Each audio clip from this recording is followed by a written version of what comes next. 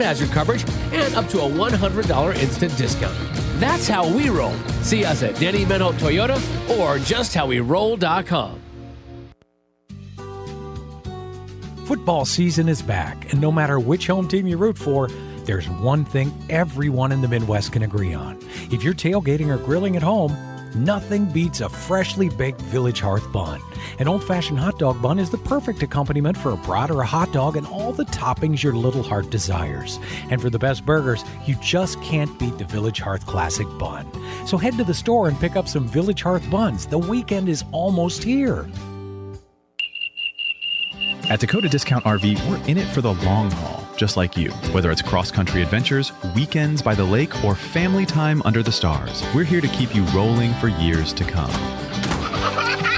While others are packing up, we're doubling down with dependable service, great prices, and the biggest selection in the region. Your journey doesn't stop here, and neither do we. Here tomorrow, here for every mile ahead. Visit us in Rapid City or Somerset or online at dakotadiscountrv.com. What makes a credit union different from a bank? At Highmark Credit Union, it starts with you. We're member-owned, not shareholder-driven. That means our earnings go back to you through better rates, lower fees, and personal service. Unlike big banks, we put people first. You're not just an account number, you're part of a community. Highmark Credit Union. Local, personal, and here for you. We'll make it happen. Federally insured by the NCUA. KIMM Rapid City and K294BT Rapid City, the Black Hills Sports Station, 106.7 FM and 1150 AM, Fox Sports Rapid City. We are Fox Sports! And here's what you need to know. Tonight on Fox, it's Game 7 of the ALCS between the Mariners and Blue Jays. You'll see it from Toronto at 8 o'clock Eastern Time.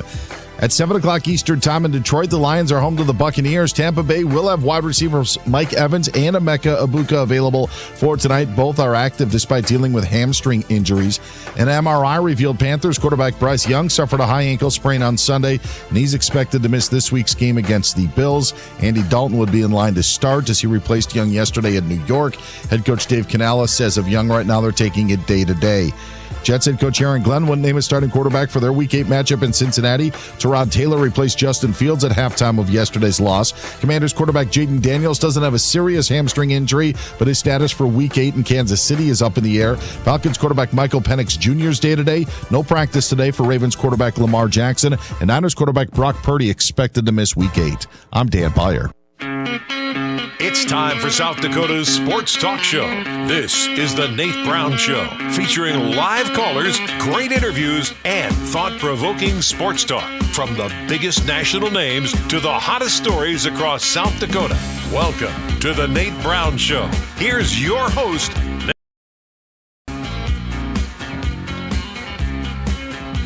All right, welcome in. It is Monday across South Dakota, and South Dakota Sports Talk Show is back. Thanks for being here. The Nate Brown Show is live. South Dakota Sports Talk Show on Fox Sports Radio. Welcome in across the state. It's always a great day in South Dakota, even though it's a little chilly. We're okay. We're out of the gate and ready to go. A great guest lineup today. We're going to try something new. Reaction Monday featuring Rob Keighron, our national radio host who makes his way now in South Dakota. And he's going to be the most passionate Giants fan you've ever seen. He's going to be the most passionate Giants fan in the state of South Dakota. And I don't know what he's going to say tonight, but Rob Keighron's coming in for a Reaction Monday tonight. So that's next hour. Rob Keighron, South Dakota's #1 Giants fan. He has to be. And after yesterday's debacle, I mean, that was an absolute mess. I got to get his reaction. So we'll get to that. Hang on. The Nate Brown Show is back. Fox Sports Radio. Stream us on X at Nate Brown Show. Watch us live there on X at Nate Brown Show. YouTube, The Nate Brown Show. That's our channel. Subscribe. You've got us.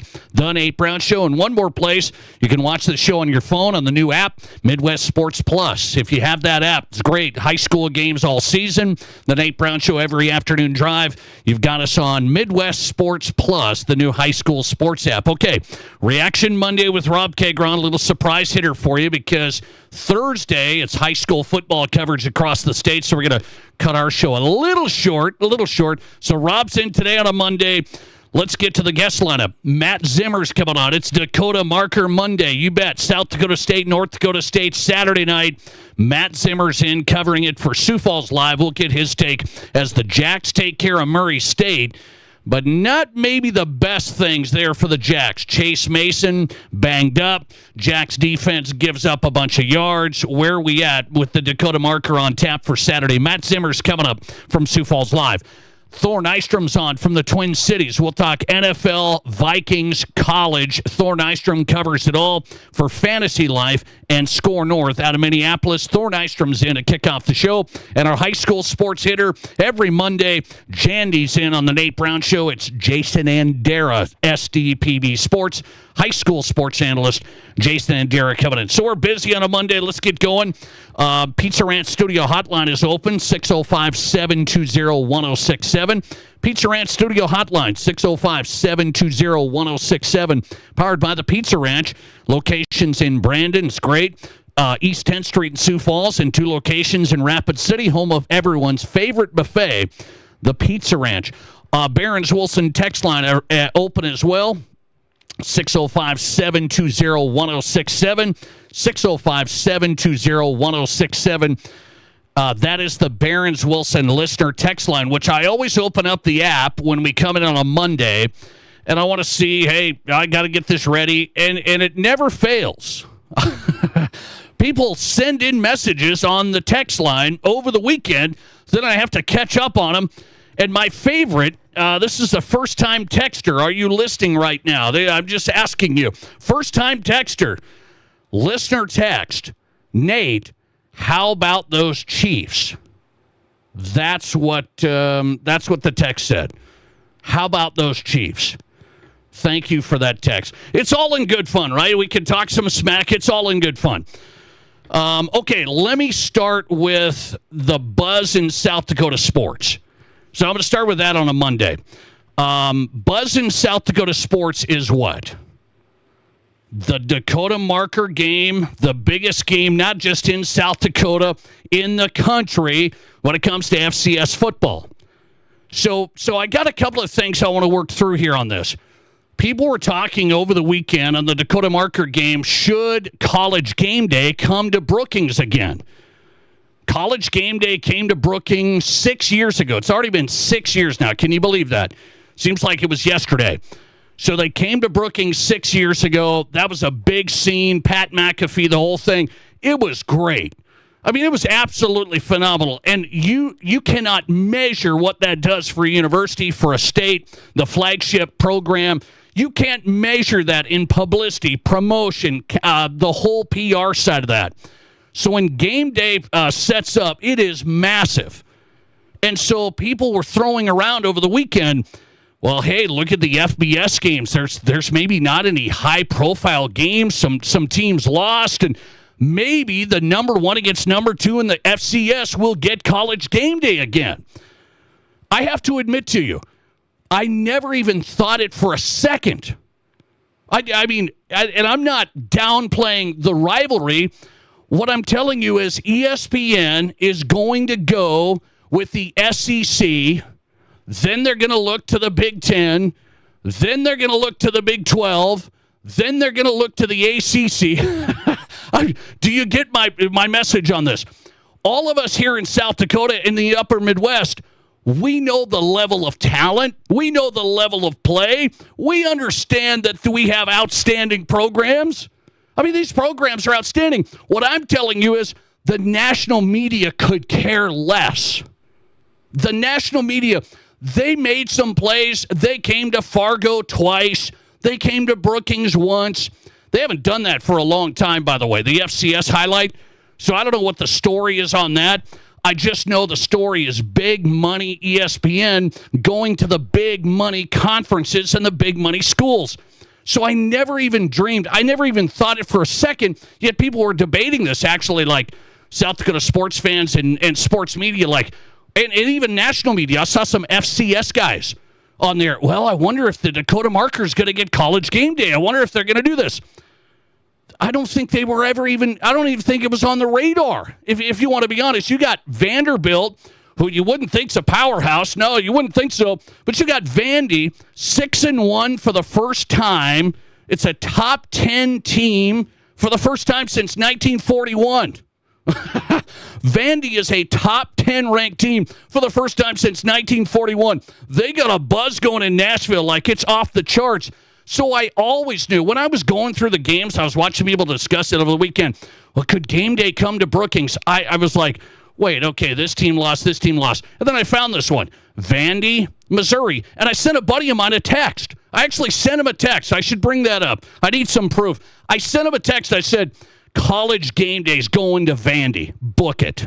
College game days. I knew it from the start, yet it's kind of crazy because people are still, why did they make that decision? They went to Vandy in Missouri instead of South Dakota State, North Dakota State. This is number 1 against number 2. These are the powerhouse programs in the FCS. And I'm just giving a reality check from the national media side, and I know this. They don't care about the FCS. We are passionate.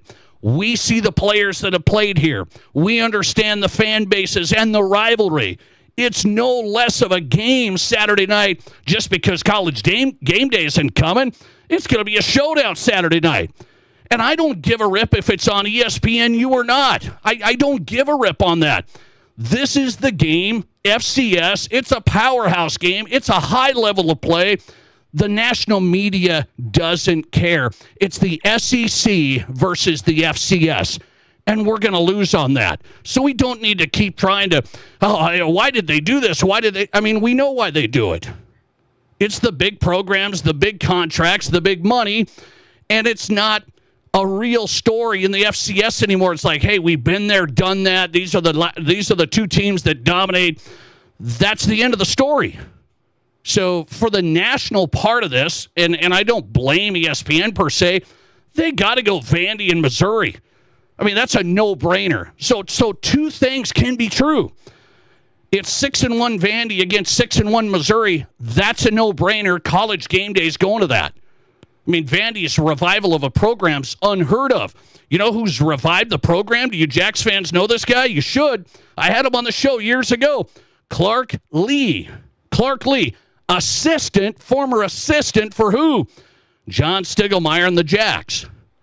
Long time ago. You remember Clark Lee in this place?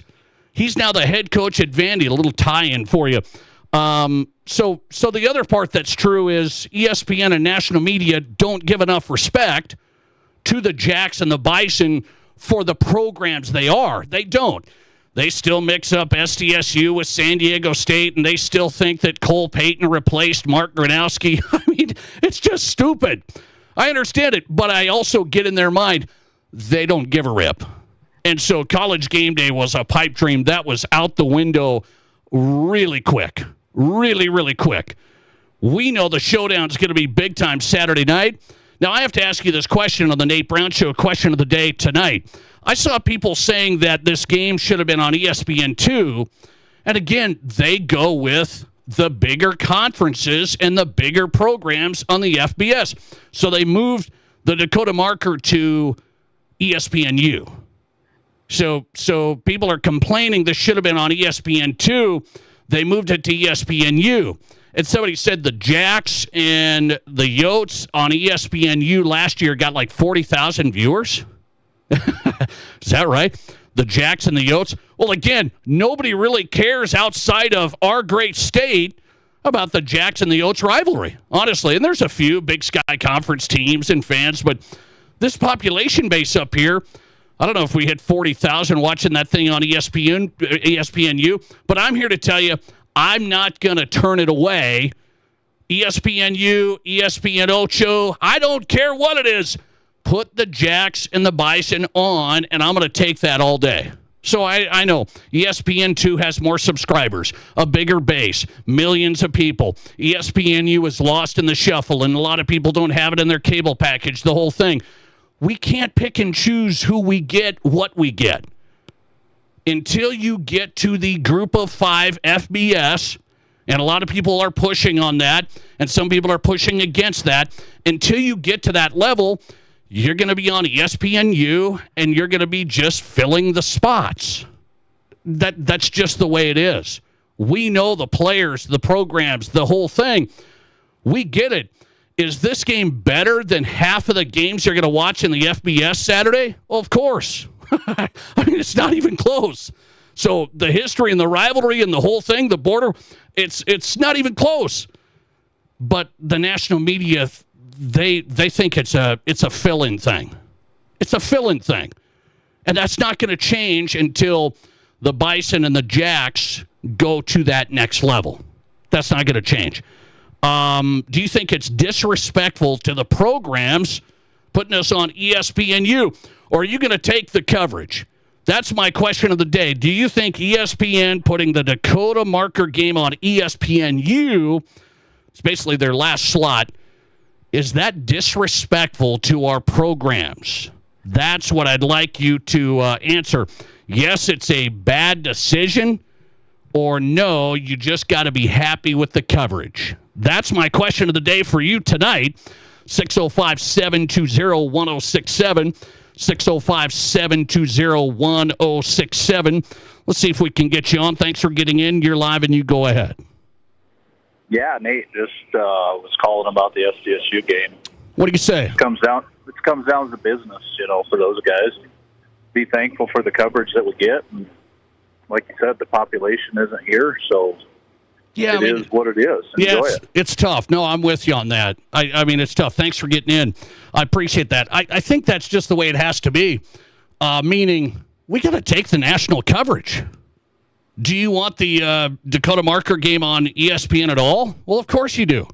I don't. I mean, Montana's playing Sacramento State on Friday night. Well, they're on Friday night, so they get ESPN too. All it is ESPN's just looking to fill those slots, and they want the best FCS games. So they're going to take the Dakota Marker and put it on ESPNU because it's going up against a bigger game in a bigger conference. I said our game's going to be better than most of the games. But the national side of this doesn't reflect that. And people said, oh, it's disrespectful to the game. I can't believe they put number one against number two. This has been number one against number two for a long time now. It's kind of the FCS thing is dominated by the Jacks and the Bison for the most part. Grizzlies, okay. Sacramento State's a circus. There's some interesting things. The Bobcats are okay. Do you think it's disrespectful? That's my question of the day. What do you say? Let's see. Listener text coming in. People are acting like this game is on ESPN The Ocho, but be happy it's on ESPNU. Another ESPN Ocho reference. Is it disrespectful to the Dakota Marker game? ESPNU's covering it. Or no, you got to be happy with any national coverage. What's your answer? The answer should be you got to be happy with the national coverage. We can't pick and choose. I'm telling you, we can't pick and choose. Hey, we want ESPN too. Well, yeah, I know. I mean, everybody does. Guess what?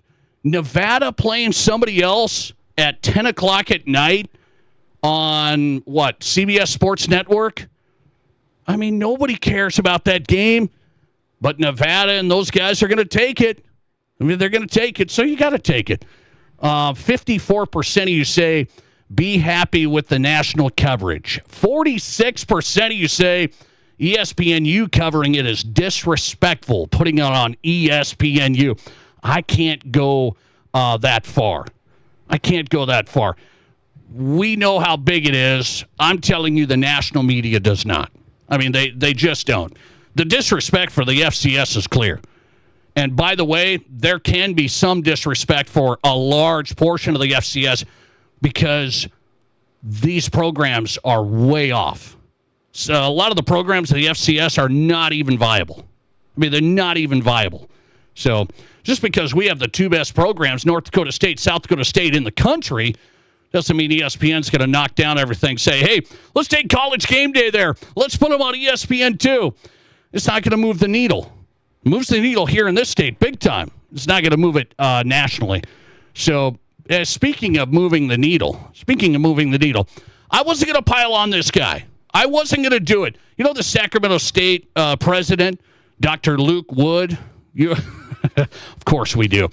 He was talking about the FCS being the JV because he wants to move up. Sacramento State wants to go to the FBS. Somehow, some way, they want to go FBS, even though they're way behind a lot of our programs. But nonetheless, he said now they're playing the Montana Grizzlies on Friday night.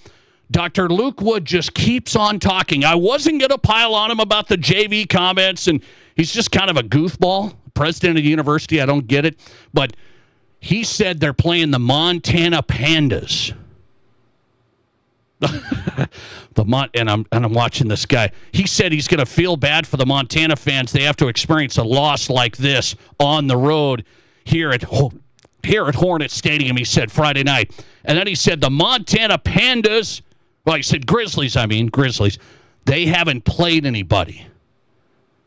What is it with this guy? What is it with this guy?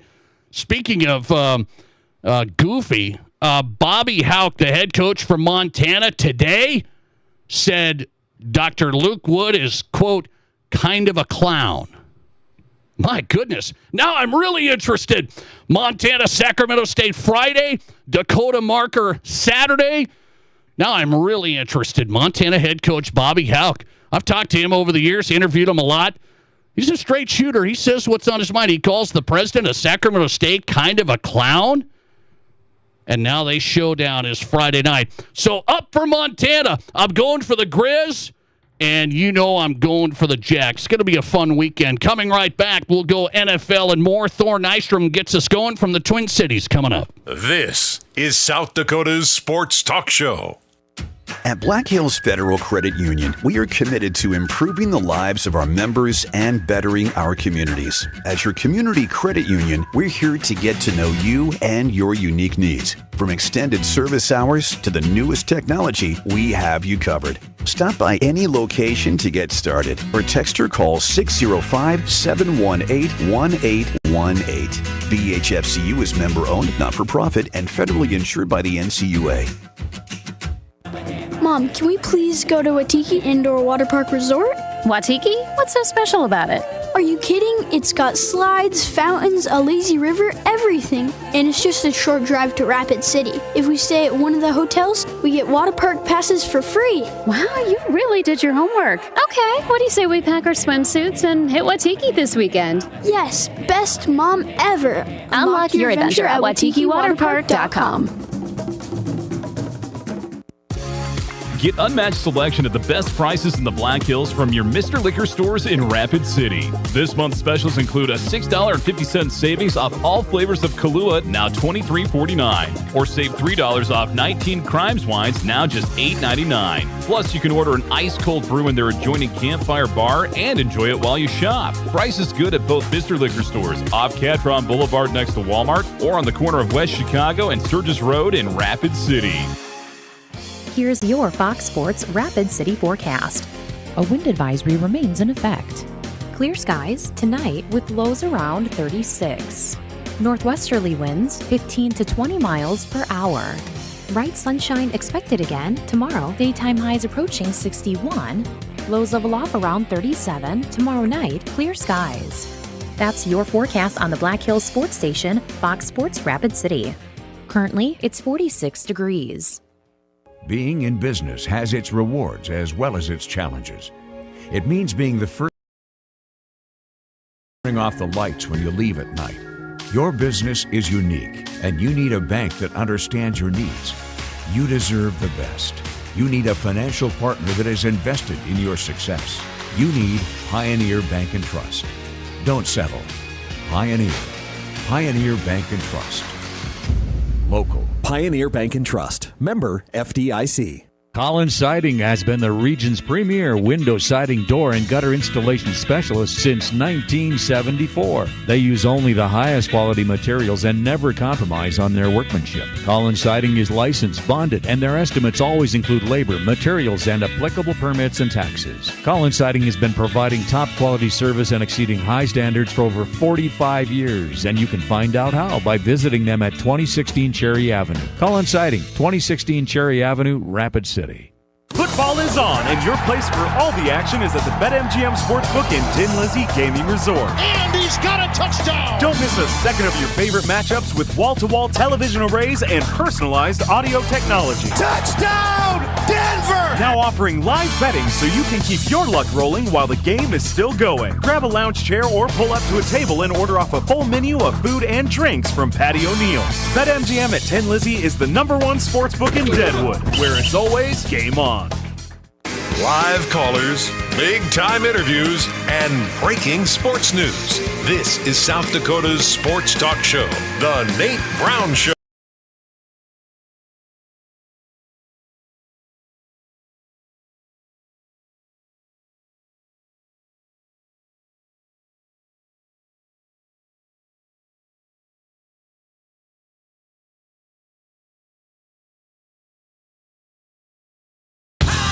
Welcome back in. The Nate Brown Show is live. Fox Sports Radio across the state. South Dakota Sports Talk Show. Reaction Monday with our friend Rob Keighron tonight. Second hour. Hang on. Rob's coming in. Guest host, national radio host, Rob Keighron, and New York Giants super fan. And as a matter of fact, I want to go there right now. Hang on. Rob's coming up next hour. We'll get his reaction. We might have to turn down his mic tonight. We're going to have to be careful. I don't want to break any microphones.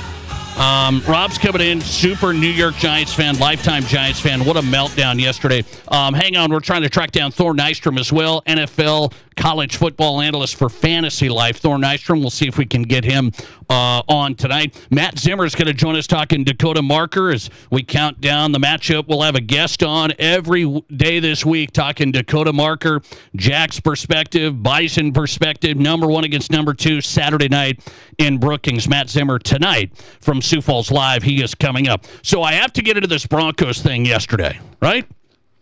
I have to get into it and tell you this is what I've been telling you for a while now. I take some heat on this program from some Super Bronco fans. Super Bronco fans think I've been too hard on Sean Payton. They think I've been too hard on Sean Payton. But this is all coming to fruition. If you watch the Denver Broncos like I have, you've seen what? The last 3 games. What have you seen, Broncos fans? Terrible offense the first 3 quarters. I mean, terrible. I mean, bad. I mean, they can't move the ball. Punts. So, and then all of a sudden, the fourth quarter, they come back and they win. They come back against the Eagles. They come back against the Jets. They come back 33 points yesterday in the fourth quarter. I mean, so you have to figure some things out there, right? You have to eventually ask, as a Broncos fan, how does this happen? How can they go so badly in the first part and then really good in the fourth quarter? And what I'm telling you, this isn't just Bo Nix. People say, well, Bo's got to play better. No. Bo Nix has a bunch of fourth quarter comebacks. He's just had 3 in a row. 3 in a row. The Broncos have done this before. Russell Wilson had fourth quarter comebacks, the same type of stuff, where it's bad, it's a grinder, personnel groupings, personnel this, personnel that. We throw flat to the flat, to the flat, to the flat, and nothing downfield. Then you get behind and you have to open it up. You got to do some 4-minute offense. You can't go personnel groupings. You can't go everybody and their mother in and out. Russell Wilson had fourth quarter comebacks. Bills, Vikings, Bears. This is all in 2023. This is when Sean Payton, same type of story. And now the Broncos are doing it again. So my point is, this isn't just Bo Nix being bad. There's something not right with the plays in the first half and first 3 quarters. You don't all of a sudden just get good. There's a big shift in the offensive game. Thanks for calling. You're live today, and you go ahead. Hey, Nate. How you doing? I'm good, man. Thanks for taking my call. I'm good. I now don't choke, but I am with you. Whoa! I know that you've been talking it up against Chargers when he starts passing inside the 5 instead of running the ball. Yes. Yesterday, the first series. Yes. 3 incompletions and out. Yes. And then we get inside. We're first and goal at the 5 in the second quarter, and we run it with Dobbins. And okay, now we got 2nd and 2. Yes. Which is gain 3 yards. Pass. Great point. Great point. And I will say it's almost contagious, and I'm not being smart here, but Kevin O'Connell did the same thing yesterday when they were, 2nd and 1 at the 6-yard line. Yeah. They made 9, and then it was 2nd and 1, 3rd and 1, 4th and 1, and it's like, what are you people doing? But I will say this, with Sean Payton, I'm still a believer, man, but I got to tell you, you're exactly right on the 4th quarter. They finally turn people loose. It's like, I don't know. He calls plays going east and west, just being cute the whole time. And then the 4th quarter, you got to go north and south. Yeah. So he takes the bridle off. And I just wanted to call you and tell you because I can admit when I'm wrong. I just want you to know that, buddy. Okay. Thanks, man. I appreciate you. Thanks for getting in. I love that guy. He's a Broncos passionate fan. No, but I think what it is whether it's Sean Payton, he does it a lot. He just referenced Kevin O'Connell. The guys, like, they try and just do too much. It's like, well, I need this play and I need this personnel, especially Sean. He does all this personnel. We had to burn up a timeout. The Broncos had to burn up a timeout after a change of possession. It was a change of possession. It was first down, and we burned up a timeout because it was the wrong personnel grouping. And then we tried throwing a pass to Garrett Bowles instead of just running the ball. Run behind Garrett Bowles. Don't try and throw a laser and have the left tackle try and catch it. Now, was it a bad pass? Whatever you want to say, just run the ball. They try and outsmart themselves, and the Broncos, here's my point on this. I appreciate that last caller, by the way. And I did want to reference, because this hasn't been just Bo Nix. It was the Russell Wilson season 2 years ago. 4 fourth-quarter comebacks in a stretch there of games on that winning streak. 4 fourth-quarter comebacks. And there's a reason the Broncos are getting down and then having to go crazy in the fourth quarter. The play calling, the approach, the personnel groupings, and I got to say, it's not sustainable against good teams. So when the Chiefs come calling November 16th, that's not sustainable getting down against a good offense. Giants yesterday, not much, honestly. No, honestly. Giants, not much. Jets, nothing. Eagles stayed in the game. They were struggling at the time. You got some teams that you're going to play. Chiefs, namely, trying to get control of the AFC West.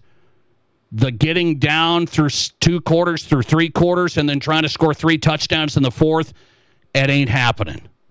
Broncos in good shape. But, boy, it's got to change early on.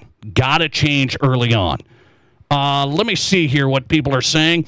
Listener text coming in, 605-720-1067.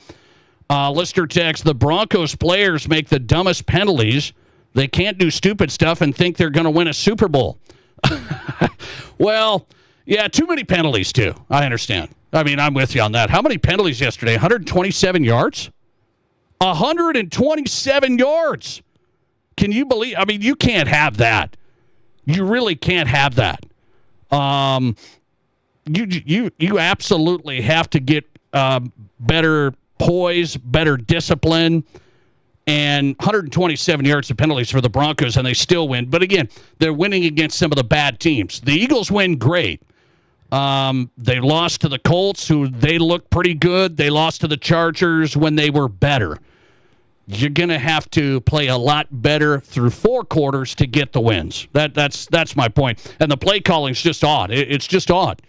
And I'm glad that listener actually pointed that out, because I didn't even tweet about that yesterday. I didn't even say, what's 2nd and goal from the 2? What are you guys going to call? 2nd and goal from the 2. I want you to call the play for me. 2nd and goal from the 2. J.K. Domas just gained 3 yards. It's 2nd and goal from the 2. maybe try another run just to see. And then if you want to pass it on the next two, I guess. But maybe just try to see if you can get 3 more yards and you score a touchdown. It's the Seattle Seahawks from many years ago. Let's be smart and call a pass play of the 1 yard line instead of giving it to Marshawn Lynch. It's just wild. These guys always do it. It's not just Sean Payton, but these guys continue to just do it over and over. Let's see here. Listener text coming in. Bo Nix, Caleb Williams, and Drake May will all be fine. Takes time to learn offensive schemes. Yeah, that's interesting. So you put those 3 saying they're all going to be fine. Bo Nix, Caleb Williams, and Drake May all going to be fine. Yeah, I think so. Colin Cowherd said this morning. Here's what Colin Cowherd said. Bo Nix is never going to be Mahomes. He doesn't have that ceiling. But he's Klay Thompson, so he's going to be involved in championships. You couldn't... now, I've become a fan of Bo Nix. Why? I've told you why I love Bo Nix. And even yesterday, I told my daughters this. We're watching this thing. It's bad. It's 26-8. I stayed with it. I heard about Broncos fans going on walks yesterday. Not going to name anybody, but I heard it. I heard they went on a walk because the game was over. I stayed with it, and I like Bo Nix. Why? He's just going to keep coming at you. You don't see down. You don't see high flying. You don't see cockiness. You don't see any of that. He's going to keep coming at you. I want those guys. He's a Josh Allen-esque, I'm going to keep competing. I mean, he is an absolute competitor. I'll take that all day. All day. So I don't agree with Colin's assessment. He's Klay Thompson like in the NBA, and he's going to be involved in championships. No. Bo Nix is Steph Curry, though, to the Broncos. Bo Nix is Steph Curry to the Broncos. It's not Draymond Green. Not Klay Thompson. He's Steph Curry. So there is no being a quarterback and being involved in championships. Even with this Broncos defense that's still good, he's going to have to win games like he just did in the fourth quarter. Sean's got to let him loose. Got to let it loose. Cortland Sutton's the leader of the team. Let him loose. Broncos sitting 5-2, and I still love it. Jason Andera is popping in next, talking high school football, SDPB sports coming up. This is the Nate Brown. There's nothing like it. Not for hundreds of miles in any direction. A gathering space for all kinds of people from all kinds of backgrounds. To share, to revel, to stand together and celebrate life's greatest moments.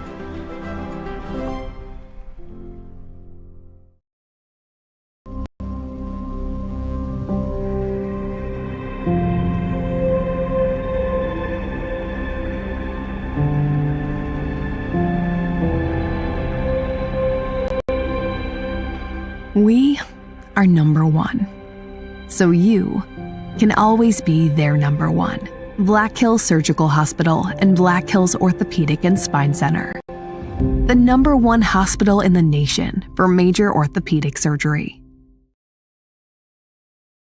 October is Renewal by Anderson's United Against Cancer campaign, and when Renewal offered to pay for employees' radon testing and mitigation, several Renewal team members found radon in their homes. Deb was one of them, and she always wondered how she got breast cancer. Radon causes cancer. It's linked to Parkinson's, Alzheimer's. Radon is a killer.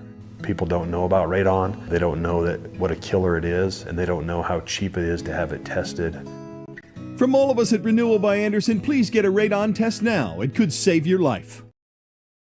What do you call a place? It's one of Deadwood's largest casinos, but is it really a casino? Because you can't decide, should I play or eat or wait? There's a liquor-infused ice cream bar? I mean, you're playing craps 1 minute, and the next you're looking at a charcuterie board? What even is that? Never mind the gunfight outside, you don't have time for that. You've got espressos to down and games to bet on, and a pub with 48 whiskeys? What do you even call a place like that?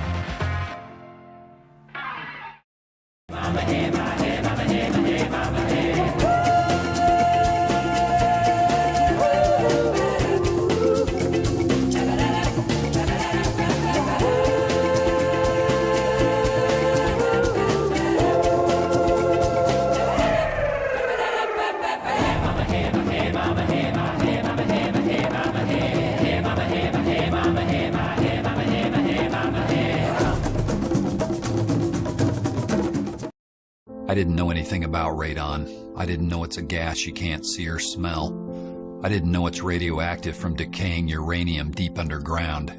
It can seep through cracks in your foundation and collect in your house. 1 in 15 homes have high levels, and you don't know if yours is one of them unless you have your home tested. And radon? Well, radon is the second leading cause of lung cancer in America. I wish I would have known that. Call Blackburn Foundation Repair for radon testing and mitigation. Home or real estate in the Black Hills? Maybe you want to upgrade to your forever home? I have been helping people in the Black Hills find the right home for nearly 20 years. When it comes to buying or selling, experience matters. Let me do the work, and you can open the door to your new home. Say hello to a good buy with me, David Brenneman. To get started, just Google David Brenneman, Coldwell Banker. From high school to college to the pros, from Rapid City to Sioux Falls, the Nate Brown Show is South Dakota's sports talk show.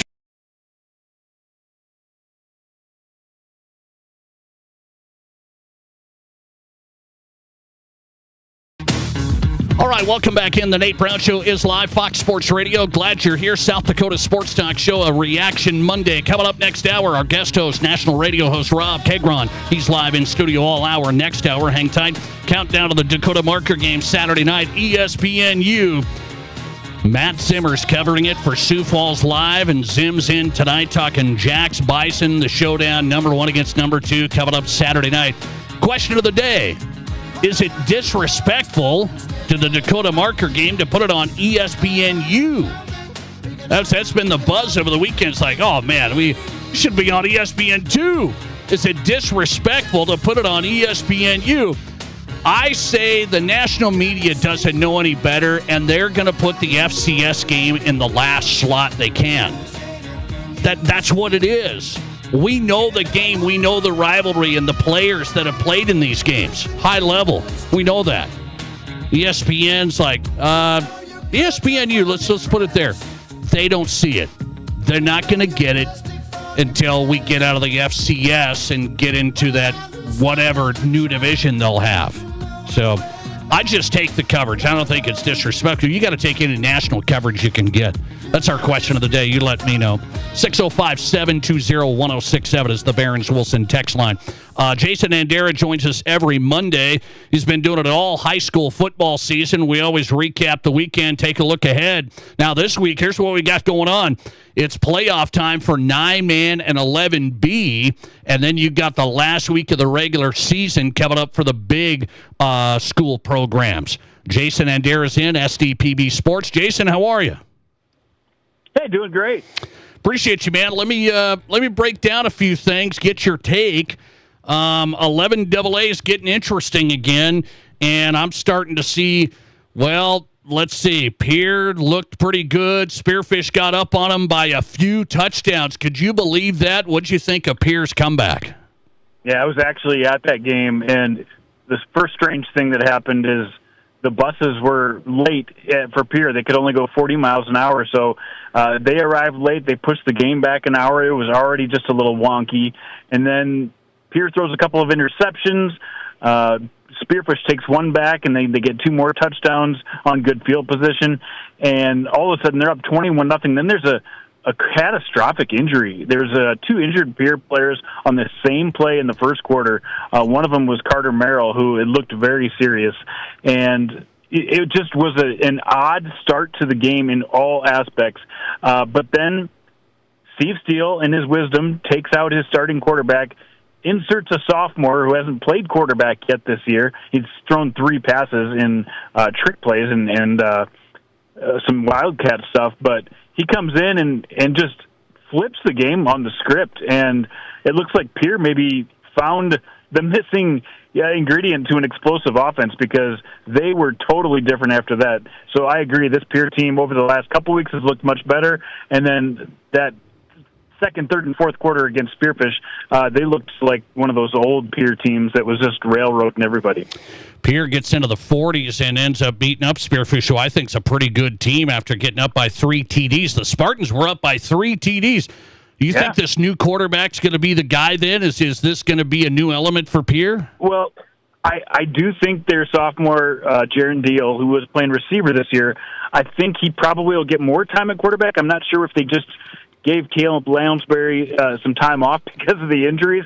But the thing that really worked for him is the surprise element. He was able to just run with an empty backfield. He would have 5 receivers spread out. They'd all go out in deep routes, and he was just able to find huge holes. And so I don't think if that's exactly the formula that you can continue to repeat week after week, there's going to be some answers for that.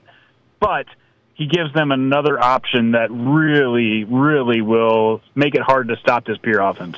Talking high school football, let's go to the AAA. Brandon Valley, number 1 ranked team in the state, beats Harrisburg 24-0. Brandon Valley, have they made you say, well, they're the number 1 for sure? Yeah, they really have.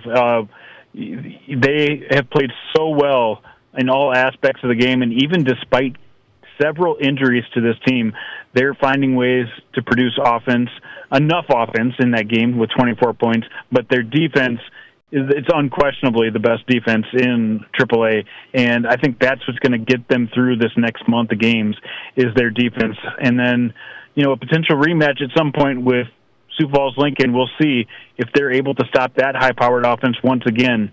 But right now, everything points to Brandon Valley being the team to beat in AAA. Sioux Falls Christian, number 1 against number 2. I thought they would beat Del Rapids. I picked them to beat Del Rapids, but not 41-15. Who's close to Sioux Falls Christian in 11A? Yeah, well, everybody that they've played, they haven't had anybody close yet, but it feels like there's a couple teams that are trending up here at the right time of the season. One of those teams is Lennox. The state champs have really come back in the last couple of weeks, figured things out at quarterback. They're able to move the ball offensively and defensively. They're shutting teams down. In fact, their defense, if it wasn't for Sioux Falls Christian, would be one of the best defenses I've seen in 11A in a long time. So I think Lennox is a team that you're going to have to worry about a little bit. Del Rapids, West Central struggled last week. Millbank got a crazy win against West Central, so I don't think they're for real, but we got to keep an eye on them as well. And then Madison had a really good outing last week again. So I think Madison had that one really bad week. Take that out, and they feel like the number 2 team. Lennox is right there with them, possibly at that number 2-ish spot. So they're going to have a little competition, but there's a huge gap right now between Sioux Falls Christian and the rest of the group. Jason Andera joining us tonight, SDPB Sports, high school football analyst. Find him there on Game Time. That's the show, comes out every Wednesday. Hey, 11B playoffs are starting. My number 1 ranked team is St. Thomas More. You've been a believer in them. They're going to play a Black Hills team in the first round, Hot Springs. What do you think about STM? They get the number 2 seed. That could set them up nicely. I think they're in great position where they're going to be able to play home games from here on out. The one thing that they don't have that some of those other top 11B teams have is just the quality of week-in, week-out games that they've had. St. Thomas More hasn't really been tested in a while, maybe since that first week of the season against Sioux Valley. But all that being said, I think they have enough talent to make a run like they did last year and even further, because they throw the ball extremely well, but they can also run it if they need to, and they just have athletes all over the field, a big line. There's not much to not like about Austin Hagen's group over at St. Thomas More. Okay, I'm going to hit one 9-man question. Can the Wall Eagles win the title? Yes, they can. Although their toughest matchup may come, I'm looking at the brackets, it may come in the semifinals when they take on a potential, Phillip versus Ipswich winner. And I think that's going to be Ipswich. I think Ipswich is a really good team at number 5 and maybe the second best team in the state right now in 9A. So that's going to be that. I didn't want to see Ipswich if I'm Wall on my side of the bracket. Otherwise, they really do feel like the team to beat in 9A. Wall Eagles get all first-place votes in the South Dakota Power 5 poll. It's out today. Jason Andera in today. Every Monday, playoff time for 9-man and 11B. And do people worry about this Thursday night playoff seeding, 16 teams in 9-man. Do you think this should be looked at? Do too many teams make the playoffs, long trips Thursday for 50-point blowouts? Yeah, I mean, just looking at it from that perspective, I think it's pretty good, pretty obvious, I should say, that we should trim it back to 8, because you get outside the top 8 and you rarely will have anybody. In fact, I don't remember anybody in that 9 through 16 that was a real contender. So you might as well just schedule like they do in 11A and above, where you just have an extra regular season game where you can control the travel, and then just get to the top 8 and get right to it. Okay, so you wouldn't go even to 12; you'd go to 8. I'm kind of with you on that. Do you think there's enough people? They talked about it in 9-man last year or a couple of years ago. Should we trim to 12? And there was even 9-man schools, they didn't want to trim to 12 because the coaches want to play games. Well, that's going to be your problem, and that's why I say, well, just put an extra regular season game on the schedule like they do in the classes above, and then they'll get their games, But, like I say, every time when we talk about this kind of stuff, we're never going to quite get it right, because you can't get everyone to agree on the same thing. Yeah. Jason Andera on tonight. Check his show, Playoff Time, and last week of the regular season. It's Game Time, SDPB Sports. Last one, Jason, I saw you were at the soccer championships. So 4 titles for the Harrisburg girls in a row. 4 straight titles. That's something. Here's the other highlight. I'm seeing these celebrations after goals, like it's the World Cup. We got choreographed stuff. Are we okay with choreographed celebrations in high school soccer? Oh boy, I'm definitely okay with it. I think I can see where you don't want to poke a bear if it's a rivalry and you've got something that's directed at the other team, but as long as it's all in fun, I'm definitely for it. I love the creativity. All right. He loves the creativity. Jason, I appreciate you, man. Thanks a lot. You bet. Take care. Appreciate it. SDPB Sports high school sports analyst is Jason Andera. He's on X at 605 Jandy. If you're not following him, he's there. And his show, talking high school football, is called Game Time on SDPB. Question of the day. I mean, I saw the choreographed celebrations at the soccer championships after the goals. It's like the World Cup, the MLS. We're doing, all sorts of stuff. By the way, it's just the boys. It's mainly just the boys. What is it with you guys? I mean, it's mainly the boys. I've got daughters. I don't remember any choreographed celebrations, but maybe I should teach them. Maybe I should teach them what to do. Got to score first. Coming right back, Matt Zimmer, Sportswriter, Sioux Falls Live. He's talking Dakota Marker, and South Dakota State just closed their practices this week. We'll talk to Zim next. This is South Dakota's Sports Talk. There's nothing like it. Not for hundreds of miles in any direction. A gathering space for all kinds of people from all kinds of backgrounds. To share, to revel, to stand together and celebrate life's greatest moments.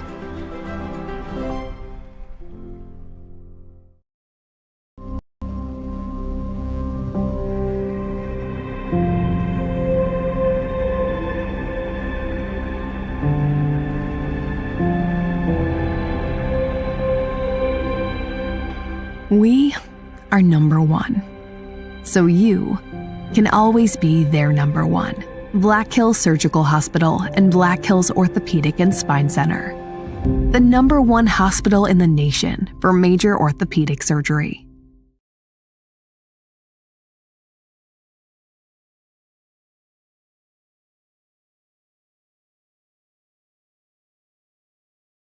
October is Renewal by Anderson's United Against Cancer campaign, and when Renewal offered to pay for employees' radon testing and mitigation, several Renewal team members found radon in their homes. Deb was one of them, and she always wondered how she got breast cancer. Radon causes cancer. It's linked to Parkinson's, Alzheimer's. Radon is a killer. People don't know about radon. They don't know what a killer it is, and they don't know how cheap it is to have it tested. From all of us at Renewal by Anderson, please get a radon test now. It could save your life.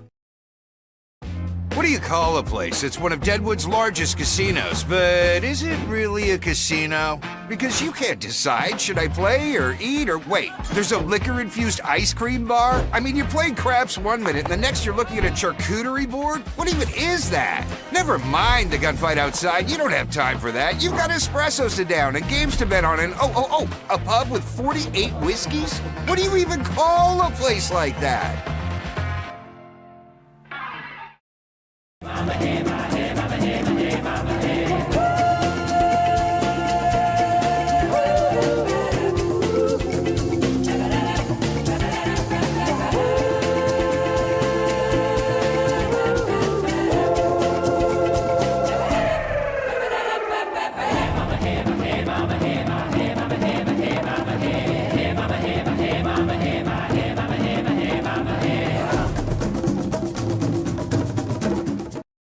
I didn't know anything about radon. I didn't know it's a gas you can't see or smell. I didn't know it's radioactive from decaying uranium deep underground. It can seep through cracks in your foundation and collect in your house. 1 in 15 homes have high levels, and you don't know if yours is one of them unless you have your home tested. And radon? Well, radon is the second leading cause of lung cancer in America. I wish I would have known that. Call Blackburn Foundation Repair for radon testing and mitigation. Clinic when you don't have time to wait. We're here when you need us, working as a team to make your comeback stronger than ever. Getting stronger, getting better, getting you back to your best self. The life of an athlete has its uncertainties, wins and losses, injury and recovery. In the Black Hills area, athletes can always count on Monument Health Orthopedics and Sports Medicine, here for whatever moves you. This is The Nate Brown Show, also streaming live on YouTube. Subscribe.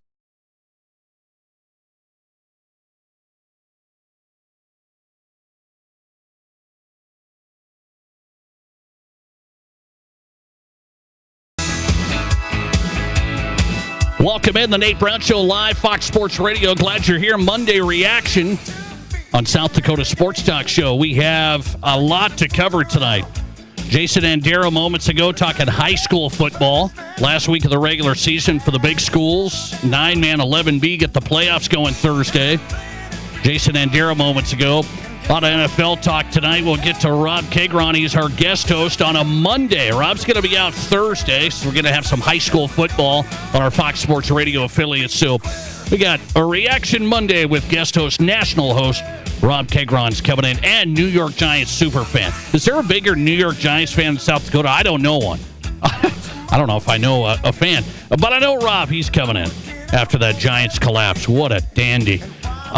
Hey, Matt Zimmer's on tonight. Appreciate his time. He's covering the Dakota Marker, the countdown Saturday night. Brookings, number 1 against number 2. Jack's Bison. Again, Matt Zimmer's on. SiouxFallsLive.com. Matt, welcome in. How are you? I'm good, Nate. How are you?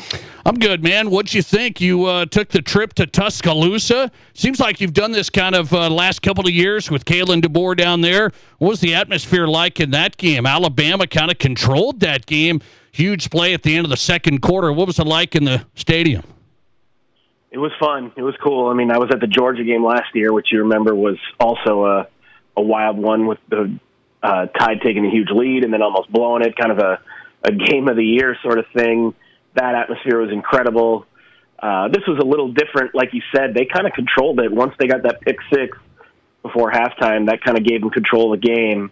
But it was cool. I mean, I was surprised how many Tennessee fans were there, how many parties had Tennessee and Alabama fans in them together. I saw lots of married couples wearing the opposite jerseys. So it's clearly a border rivalry. And obviously just with Keighron going against Josh Heupel, I mean, two guys who are about my age, who played high school here in South Dakota and have worked their way up. I just kind of felt like I had to be there, to see something like that represents our state like that. And big win for Keighron, tough loss for Josh, but I still think their team's going to be okay. It was really a historic night for South Dakota.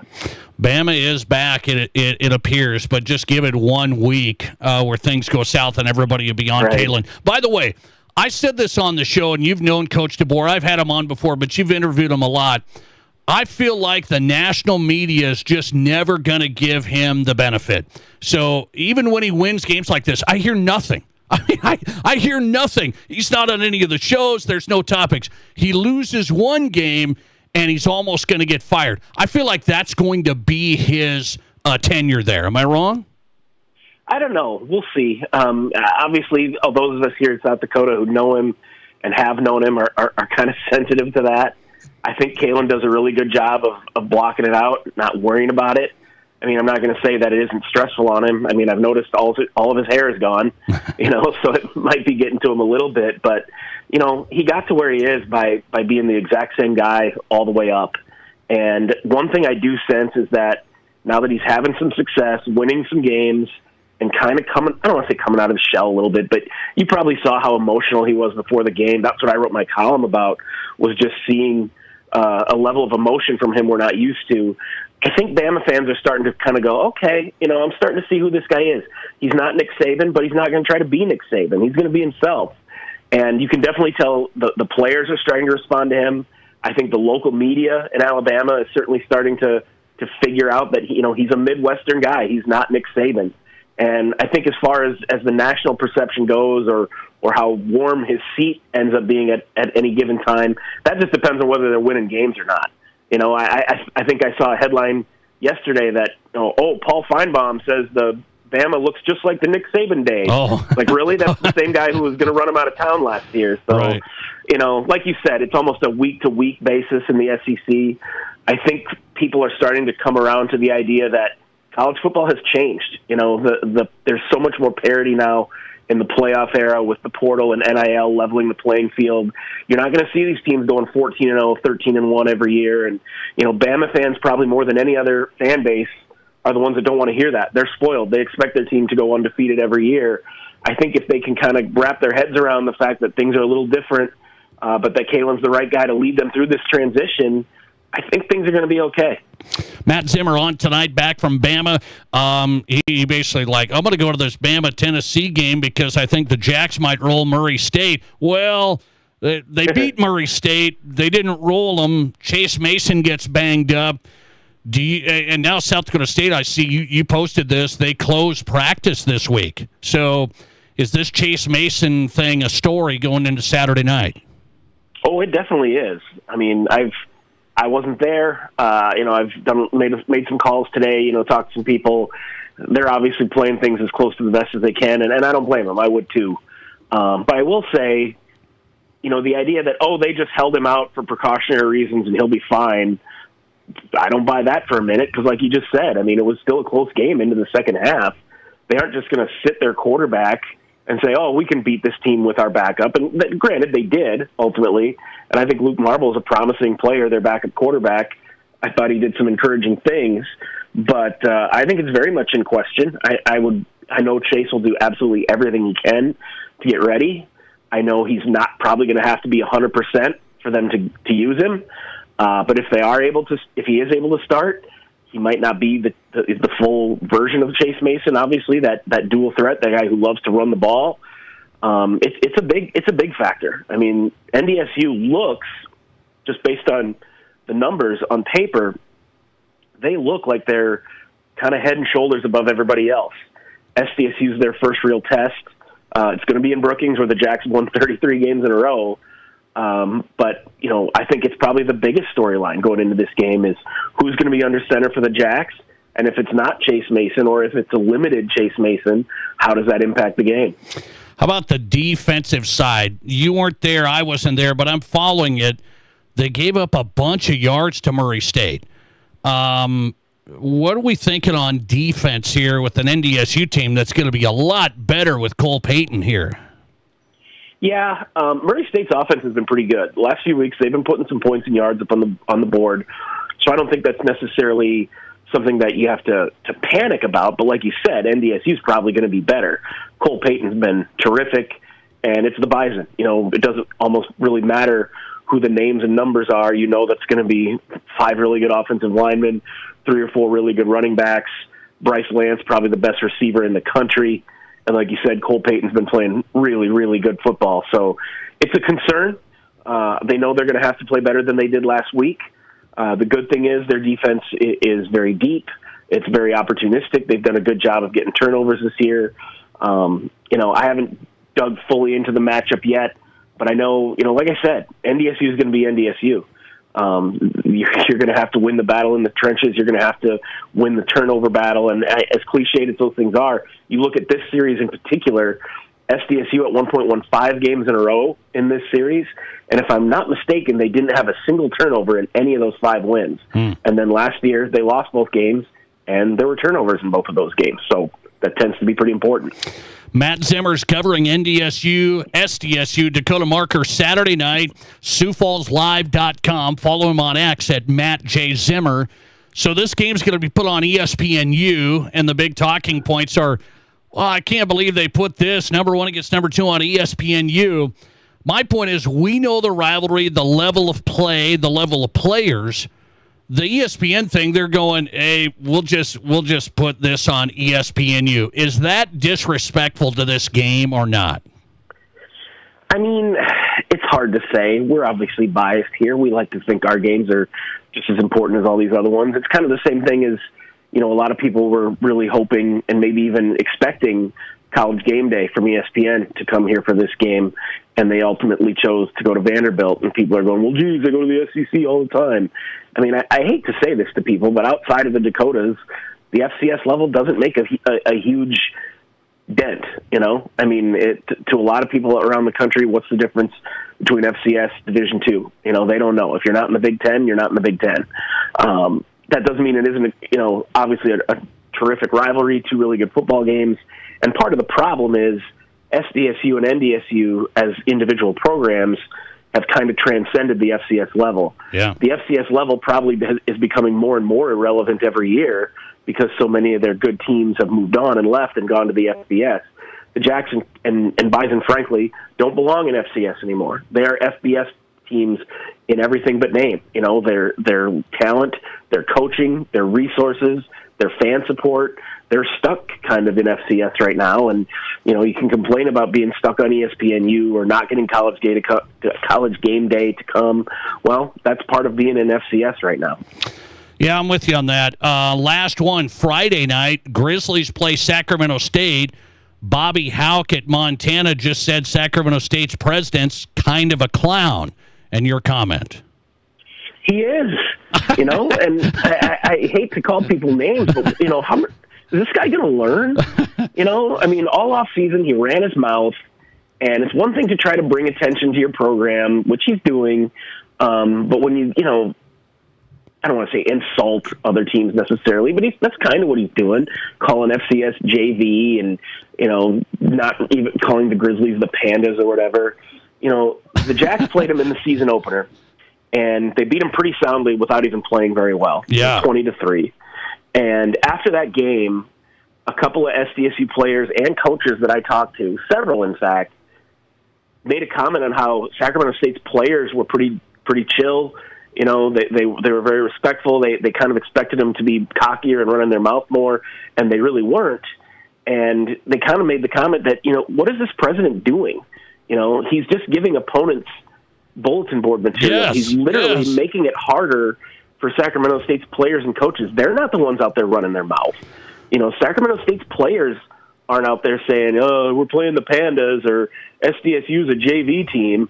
But if that other team hears it, it still pisses them off. Yeah, I don't get it. Sacramento State has to play these teams that have all this anger and resentment built up, and it's because of the president. He absolutely is a clown, and you could see that Bobby Houck was mad, and I fully expect Montana to absolutely drill him. And even if they don't, I can tell you right now, the entire FCS football world is hoping that they do.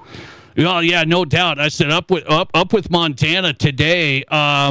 Montana's not Montana of old, but I think they're going to be ready Friday night at Sac State. And by the way, that game is on ESPN2 Friday night. Matt Zimmer's on tonight. Follow his work, SiouxFallsLive.com, Dakota Marker Week. Man, I appreciate you. Thanks a lot. Thanks, Nate. See ya. Appreciate it. Matt Zimmer on the Nate Brown Show across South Dakota, Fox Sports Radio. Matt Zimmer, SiouxFallsLive.com, covering the Jacks and Bison coming up Saturday. Rob Keighron's ready, but are you ready? He's South Dakota's #1 New York Giants fan. And we all saw what happened yesterday. What's going to happen here next? This is the Nate Brown Show. Ace is the place with the helpful hardware, folks. Our locally owned Ace stores are committed to helping our neighbors and our communities. And because we're in the neighborhood, we can deliver almost anything you need. So shop in store or online for whatever your home or yard needs. Choose from top brands like Milwaukee, Steel, Traeger, and Benjamin Moore.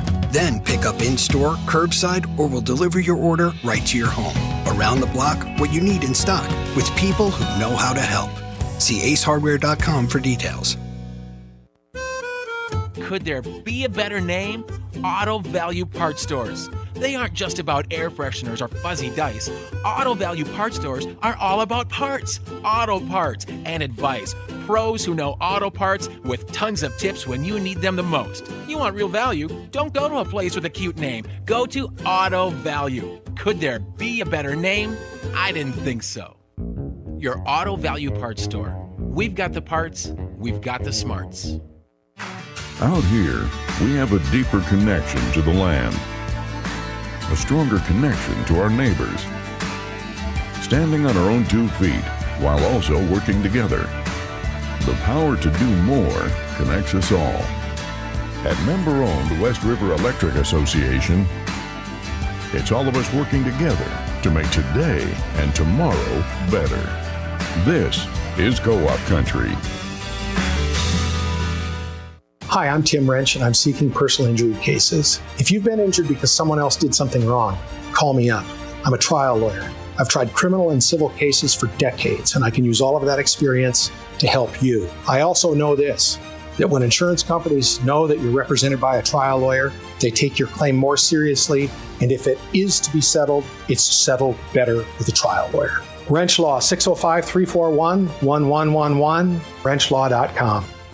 KIMM Rapid City and K294BT Rapid City, the Black Hills Sports Station, 106.7 FM and 1150 AM, Fox Sports Rapid City. Ever dreamed of building something amazing? Builders First Source in Rapid City, Spearfish, and Hot Springs is your go-to building materials partner. Whether you're building new or giving new life to an old space, we provide step-by-step guidance from drafting and cabinetry design to lifelike visualization and top-quality materials. It's your vision, and we're here to make it real. Visit BLDR.com. Builders First Source, your Black Hills partner in building every step of the way.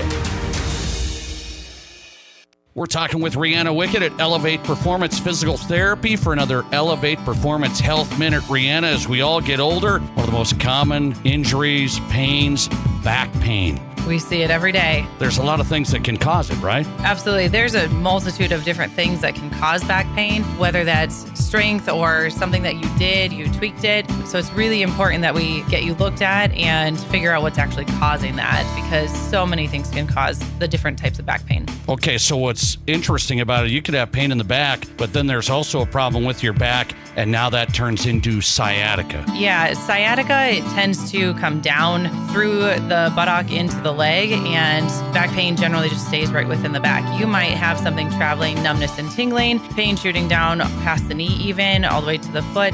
We definitely want to get that taken care of sooner than later. Back pain relief, sciatica relief. Get started at ElevatePerformanceSD.com. This is the Nate Brown Show.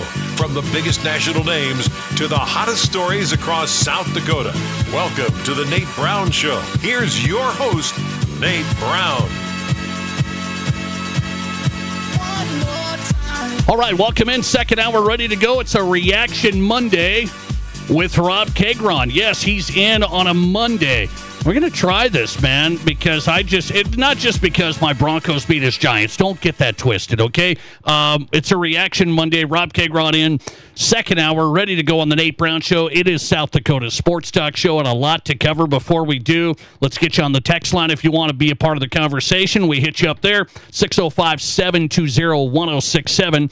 Barron's Wilson text line for you, 605-720-1067. Join the conversation. Lot to cover. But you know where we have to go. It's one of the biggest collapses you've ever seen, and I can't believe we're even discussing it. I want to ask you a question about your New York Giants. By the way, 2 questions.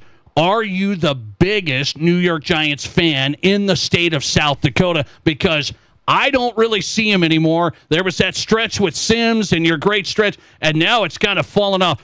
I don't see Giants fans walking down the street, so are you number one?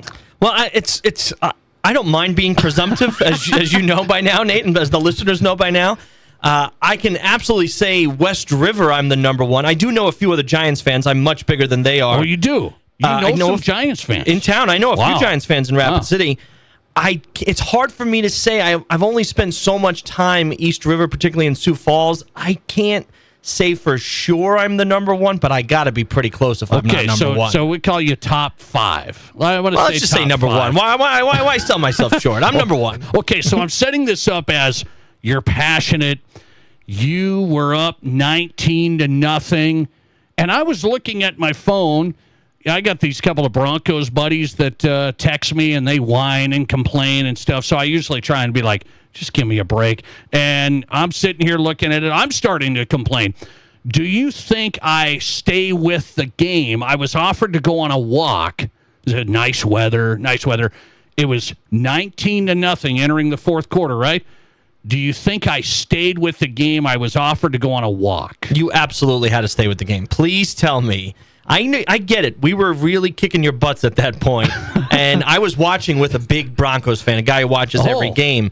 And I don't usually do this. I prefer to watch on my own, but it's a really dear friend of mine, one of my best friends, and he's like, yeah, why don't you come over and watch the game with me? You know, it'll be fun. We can kind of go at each other. And I was just going at him, torturing him for basically the first 3 quarters and a minute into the fourth quarter. And he stayed with the whole game, right? And I didn't leave there to go back home and watch the rest. He stayed with it. He wasn't ready to give up on him. I can't believe you went for a walk. You definitely stayed with the game. I stayed with the game. Okay. So you're right on that. I know people that did give up on the game. They're Broncos fans, and they were, I'm going to give up. And then, by the way, they were sending messages last night. What happened? What happened? I can't tell them. I'm not going to tell you guys what happened if you didn't watch it. So I stayed with the game. Bo Nix is going to keep coming at you. Sean Payton's going to try and figure it out finally when he can't send in everybody and their grandmother in these personnel groupings. So it's 26-8. The collapse is bad. It's one of the old-timers. Broncos have everything has to go right. 2-point conversions, 2 of them. You guys missed 2 extra points. I mean, everything has to go right for the Broncos to win. They do. Is the collapse yesterday the worst you've seen? Is it a fireable deal like Brian Daboll said today? Everybody's staying where they're at. Where are you at?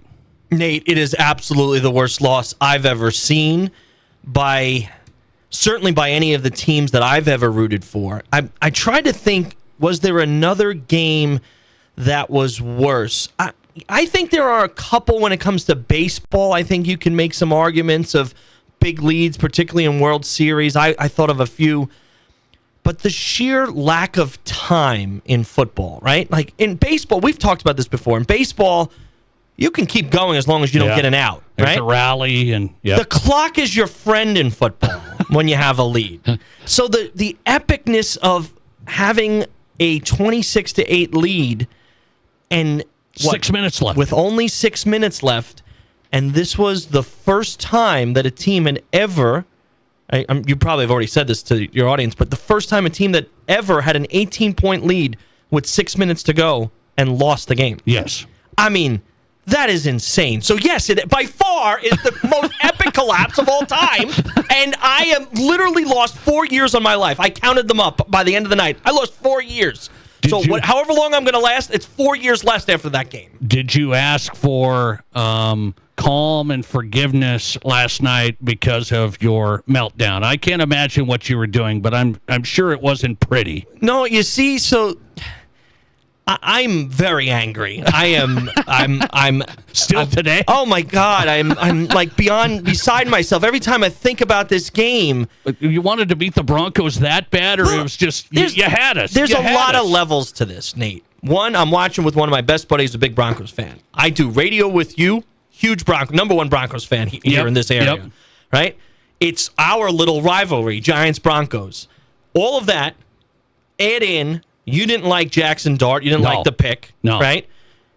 We have a 18-point lead with 6 minutes to go, and we find a way to lose the game. Yeah, in Denver. All of those things combined make and honestly, if we win that game, right, we get a real chance, right? We're playing really good football. Turning the corner, yeah.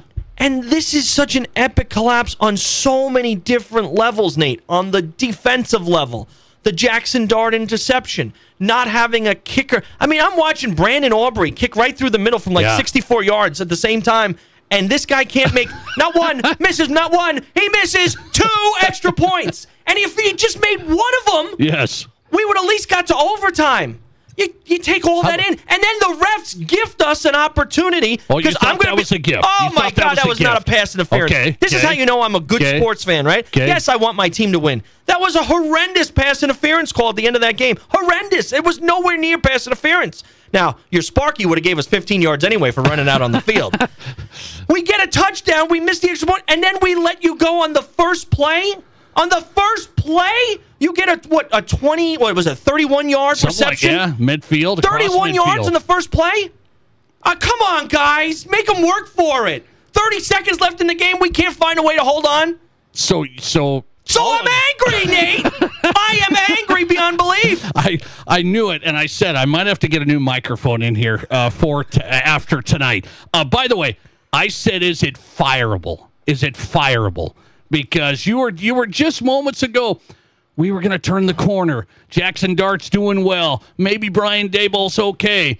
And then a meltdown. Time, clock management, bad. Everything was bad. You shouldn't have lost, and so that's why I say, was it fireable? I'm not a big believer that any one particular game is fireable. But when it comes to the end of this season, and I do think this is just my gut more than anything, I think this is the beginning of a downfall for the Giants for the rest of the year. I think it's very tough to come back from. I watched some pundits this morning. I didn't want to watch a lot because I knew it would be heavily Giant focused across national TV and radio. Every show. So I tried to stay away. But, I'm a sports junkie, so I can't stay away completely. I heard a number of guys be like, this was still a good performance by a team, and they will find a way to bounce back from this. No, they won't. They will go in the tank after this, right? Because clearly, there was some dissension in that locker room afterwards. I don't know if you watched any of it, but a couple of big defensive players. Brian Burns, who had a very good game. Dexter Lawrence, who's a great defensive tackle. They both were upset at their defensive coordinator. So do I think it's a fireable offense? No, but I think at the end of this season, when I think we will have now a bad season, and I'm saying, maybe we get 5 wins, maybe. The Broncos broke you? And they might have broken Jackson Dart. They broke my spirit, I'll say that. They might have broken Jackson Dart, I hate to tell you. No. See, I don't think that's fair because he did still do well after the interception, right? He wasn't terrible after the interception. Well, he got all the gifts given to him, that's why. Well, he's roughing the passer and a pass interference, He still made some good passes down the stretch there. So I don't think it's fair to say that you broke Jackson Dart. I think you broke the spirit of every Giant fan in the world. Let me take a call on this. This should be interesting. Thanks for getting in. You're live, and you go ahead. Hey, Nate and Rob, how you guys doing today? Good, buddy. What's up? Good. Hey, just from a Vikings fan, it's going to be okay.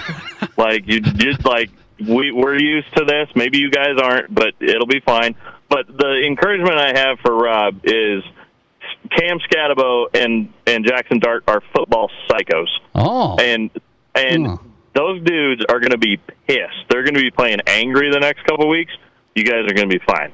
Really? You have legitimate concerns about your defensive coordinator, but that kind of loss, it's not disheartening. It makes you mad, and they're going to be flying around the next couple of weeks. I'm not sure if you've been... Take it easy. I think you guys will be okay. All right.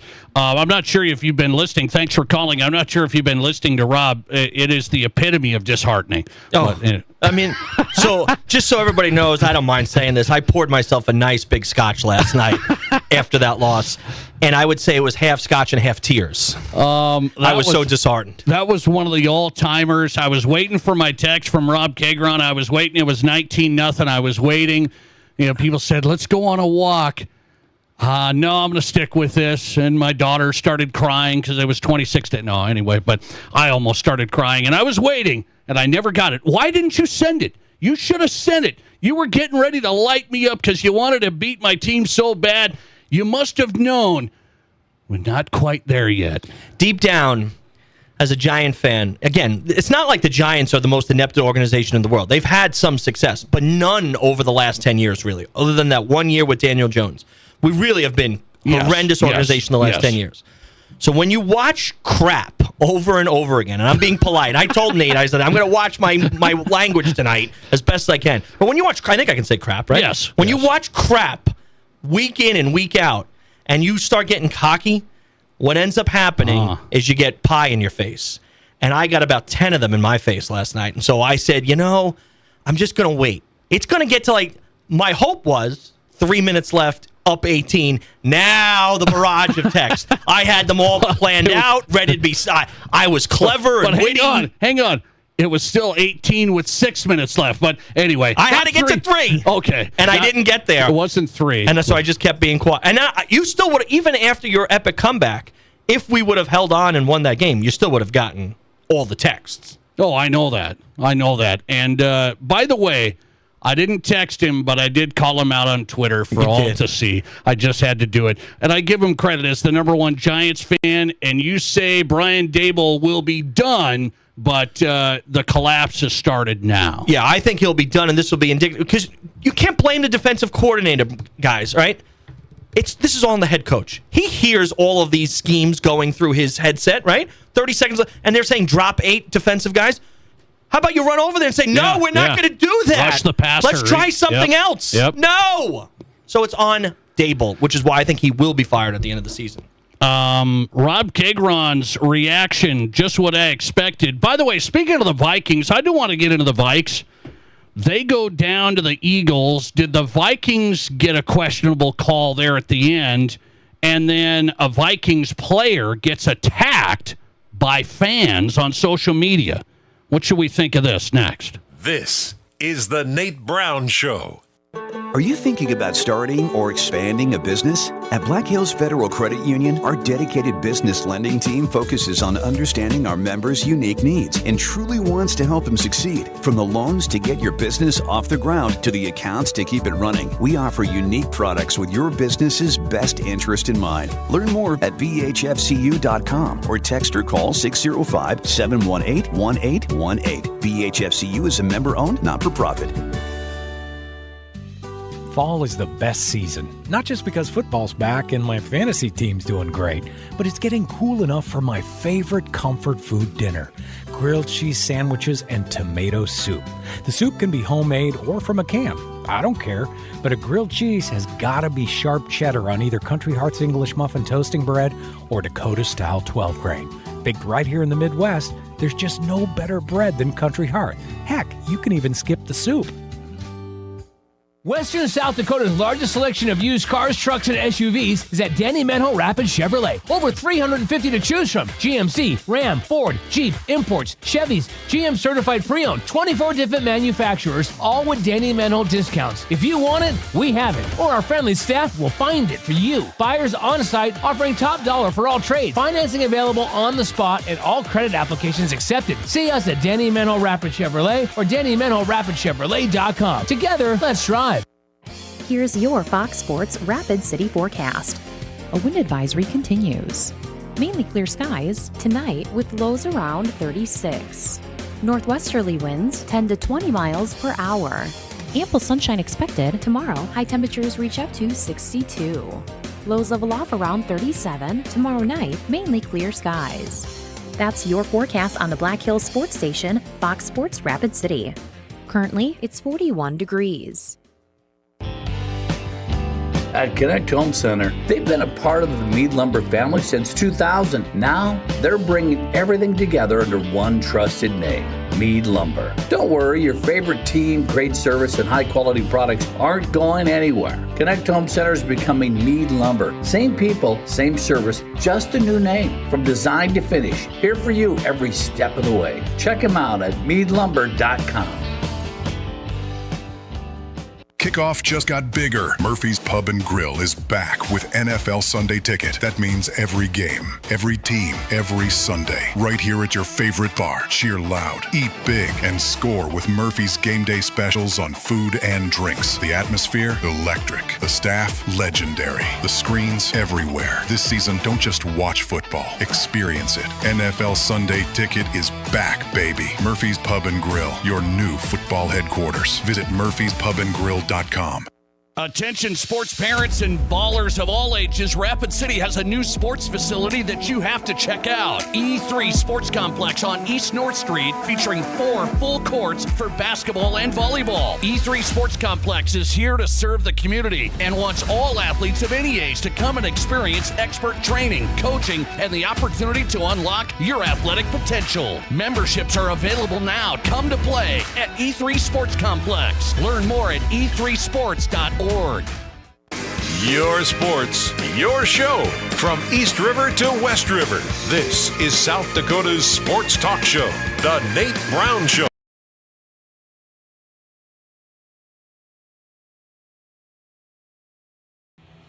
And welcome back in. A Reaction Monday. Rob Keighron's in studio. Glad you're here. South Dakota Sports Talk Show, The Nate Brown Show live, Fox Sports Radio. Remember, you can stream us on X, at Nate Brown Show. Welcome you in watching the show on X, at Nate Brown Show. Interact with us on the Barron's-Wilson text line, 605-720-1067. That's the Barron's-Wilson listener text line for you. Let's go to a couple of texts here. I want to see what people are saying about Rob Keighron's Giants collapse. Don't feel bad, Nate. I left in the third quarter, too. Well, no, I didn't leave. I did not leave. I stuck with it. Did you watch to the end of the game? That's not good. Not good. Let's see. Listener text. Vikings came back on the Colts. It was 33-0. You remember that? We had more time, but still. That was like, and I remember that. That was like a Saturday. Last year? No, it was a couple years ago with Cousins, remember? And it was like a Saturday game towards the end of the season. That's a great comeback. That's a good job by the texter there, because that one was an epic collapse by the Colts, too. I think this is a little more dramatic, though. It was. 33 points in the fourth quarter. Thanks, Nate. Wasn't sure about that. So, wait, you did start with 0, so yes, you did score 33 all in the fourth quarter. Book it. Let's see here. Listener text reminded me of the Falcons-Patriots Super Bowl, the meltdown. Yeah, that probably, I think if we're being fair, that probably, because of the gravity of it, there's probably nothing worse than that, That was right? bad. 28-3 there. And there were so many mess-ups there. Was that halftime 28-3? Third quarter. Into the third quarter. It was 28-3. Yep, for sure. Okay. Vikings lose yesterday to the Eagles. I want to get some reaction on this. So, one thing is here. I said and you said J.J. McCarthy should be their guy. And now there's still people thinking Carson Wentz made enough plays, and look at his passing in the second half, and he did this. They left some points on the board. I mean, they did. They should have had some scores and pick 6. I mean, Carson Wentz, he did not play a great game. So let's get that out.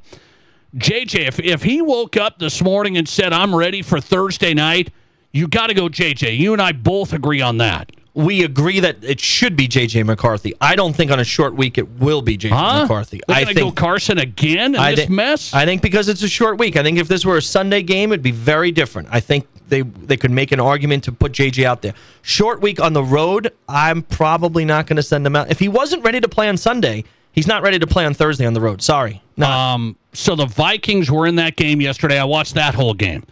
And T.J. Hawkinson made a heck of a catch in the end zone, a heck of a diving catch. And then we got to go, because we all want to be perfect. We got to look and see if 1 inch of the ball, did it get out of his hands, underneath his body? Did it touch the ground?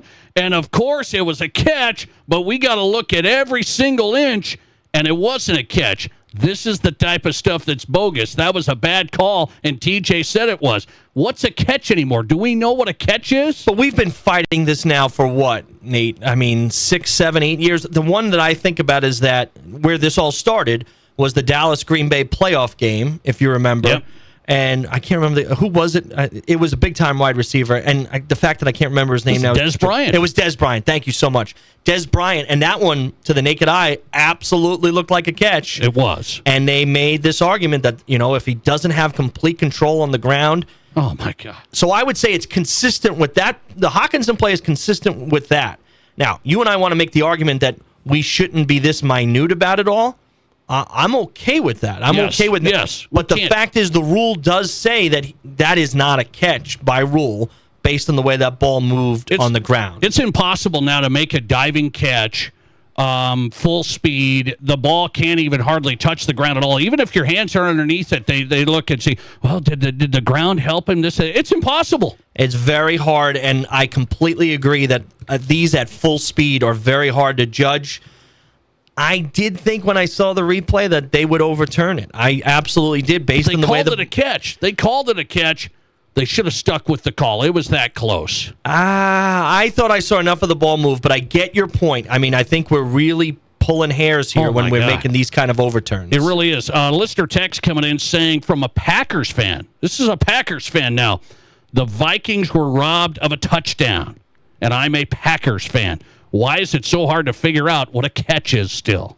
Yeah, you could argue that they were robbed of a touchdown. I don't think they were robbed of a victory, though. Let's be fair, right? I mean, they were not the better team. And I judged these things this way, right? And so I know pure fans sometimes just get all worked up about one call or one play. I look at the whole game. Who was the better team? There are going to be some calls that go either way on both sides. The better team yesterday was Philly by far, and that would be very concerning to me if I were a Viking fan. They were a much better team yesterday. Well, and they had some big plays. You got to remember this. A.J. Brown, a couple of big plays. Devontae Smith, a huge play. And Wentz, like you said, was not that good. He was inconsistent at best. Yeah, he had his moments, but when you're down a bunch and you have to throw the ball a lot, you're going to have your moments for sure. The 2 interceptions were killer in that game. Isaiah Rodgers has been a great player for the Vikings. Now, I'm going to talk to Vikings fans in South Dakota. Isaiah Rodgers has made great plays for the Vikings. Yesterday, he got toasted a couple of times. One was on the Devontae Smith touchdown, the long touchdown. Then he got burned a couple other times. So Isaiah Rodgers said, this is on me. He said after the game, it's on me. It's my bad. He didn't play up to his ability. He also posted on Instagram nasty DMs from people. And I don't know if these are Vikings fans or where they're from. Racist or racial stuff. One that said you're worse than Hitler. And then that guy, by the way, apologized later. Hey, by the way, you can't say stuff like that and then be like, oh, that was my bad. Sorry, man. No, you can't. It's like, what are you doing? So fans can now hit these players on social media directly. And my question is, people are morons, and I can't believe people say stupid stuff and outrageous stuff like that. But what should athletes do? Isaiah Rodgers goes to social media. It's after the game. He just got toasted a couple of times. If it's me, I've got to get out of that scene. I can't even go there. It's the last place I would want to, after a rough loss and when I didn't play my best, and he has been very good, the last thing I want to see is what, I got to be careful what I say, what some average fans, I'm being as polite as I possibly can, thinks about my performance that day. Right? Yes. They're entitled to their opinion, for sure. But why would I want to read that now? I don't think I'd want to read it all season long, but I certainly wouldn't want to read it moments after a very tough loss. He posted it on Instagram and said, hey, some fans are fake, and he had this statement he had, and then he said, true fans stick with us and stuff, and it's like, I get it, but we live in this culture today where everybody goes to the social media. We go there for reacting to news and politics and sports,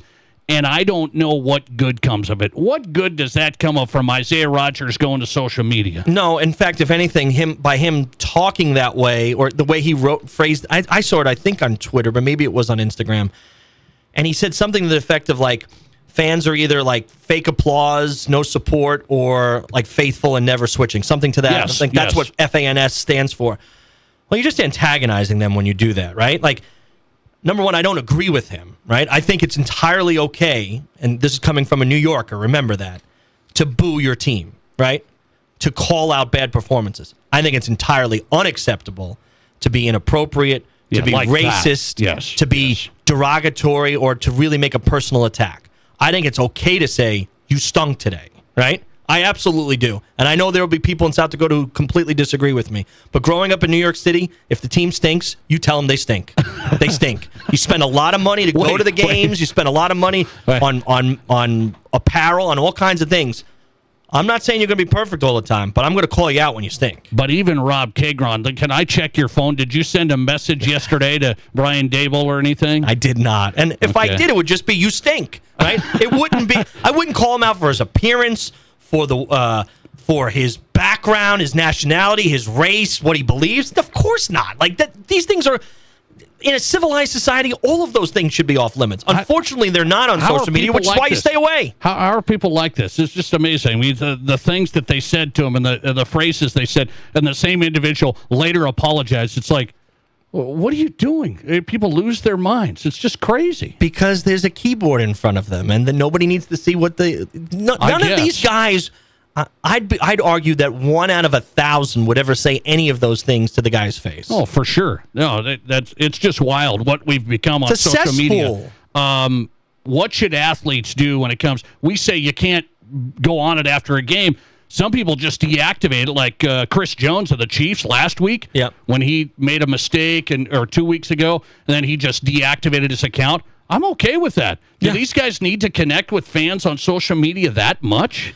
I think, nowadays it's so much about brand, right? And creating a brand for yourself and having that engagement so that, think about it, Nate. Most football players don't last that long in the league. I think the average is still like 3.5 years or something in the league. You're trying to find any way you can to engage, so I get that. But you can do that and still stay away from it on Sunday afternoon, right? I would think so. Plus, you can have people who run it for you, right? It's not like you have to be involved in this on your own at every moment. Let your guys run it for you and keep everything away from me when I'm worried about my game. We got guys like Kevin Durant, who's on his own account responding to fans. But you can tell he is a bit of a heel, Nate, right? He likes baiting people. Okay. He gets and it's just stupid. You're a multi-million-dollar superstar NBA player. What do you care? Well, I think it's all about relevance for a guy like KD, right? Like to take him to another level. I think these are very different. Like I think if KD had a terrible game, I don't think he would care what they would say about him on social media after. Obviously, this bothered Isaiah Rodgers, and I think rightfully so. I'm not saying it shouldn't have bothered him. But that's exactly the reason why you stay away. If you know something is going to bother you, right? Like, I purposely stayed away from most of Twitter last night because I didn't want to read every single little nugget about how terrible of a collapse my Giants was, right? By the way, you saw my message on Twitter, though, to you. Well, I get a notification when you do that, and so I had to at least acknowledge it. Oh, wait, let me... I gave a good response at least. Nate Brown later apologized for sending that to you. Sorry about that. By the way, listener text coming in on the Vikings and the Eagles. Rob Keighron said the Eagles were by far the better team. I don't think that's the case. I don't know where you got that. A couple of big pass plays, and they're by far the better team. And Lister Text said it too. I'd have to disagree. Philly was the better team by far. Vikings had a few different opportunities inside the red zone. Could not come up with 7. That's what I said. They left points off the board. The Eagles weren't by far the better team. That came down to the wire. Okay, and I know that my standard, my rubric is not the same for everyone. When you're never leading a game, you weren't the better team that day. You were never leading the game. Never once in the game were you leading the game, right? Sometimes there is a back and forth in the game, and there was a closely matched teams. Sometimes one runs away just at the end. But you were never leading the game, guys. You were at a wait a minute. You were at a home game against a team that just lost to a team that gave up 33 points in the fourth quarter. You were not the better team. But let's be fair. I'm very red right now. The Broncos never led yesterday until until they did. And they're better than the Giants. I hate to break it to you. Was Philly 5 times better than Minnesota yesterday? No. But were they significantly better? Were they the better team on the field? Did they deserve to win the game? Absolutely. Rob Keighron saying tonight is a Reaction Monday. If you can't tell, the Nate Brown Show live. Huskers lose at Minnesota Friday night. I had this marked as I did my Husker preview months ago. I had this game as a loss. Do we think the Husker program is still taking big steps forward with Matt Rule? Coming up. This is South Dakota's Sports Talk Show. There's nothing like it. Not for hundreds of miles in any direction. A gathering space for all kinds of people from all kinds of backgrounds. To share, to revel, to stand together and celebrate life's greatest moments.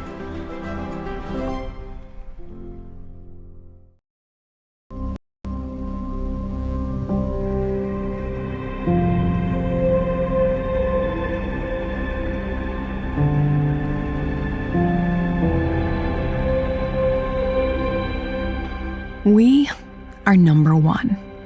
So you can always be their number one. Black Hills Surgical Hospital and Black Hills Orthopedic and Spine Center. The number one hospital in the nation for major orthopedic surgery. October is Renewal by Anderson's United Against Cancer campaign, and when Renewal offered to pay for employees' radon testing and mitigation, several Renewal team members found radon in their homes. Deb was one of them, and she always wondered how she got breast cancer. Radon causes cancer. It's linked to Parkinson's, Alzheimer's. Radon is a killer. People don't know about radon. They don't know what a killer it is, and they don't know how cheap it is to have it tested. From all of us at Renewal by Anderson, please get a radon test now. It could save your life. What do you call a place? It's one of Deadwood's largest casinos, but is it really a casino? Because you can't decide, should I play or eat or wait? There's a liquor-infused ice cream bar? I mean, you're playing craps one minute, and the next you're looking at a charcuterie board? What even is that? Never mind the gunfight outside. You don't have time for that. You've got espressos to down and games to bet on, and a pub with 48 whiskeys? What do you even call a place like that?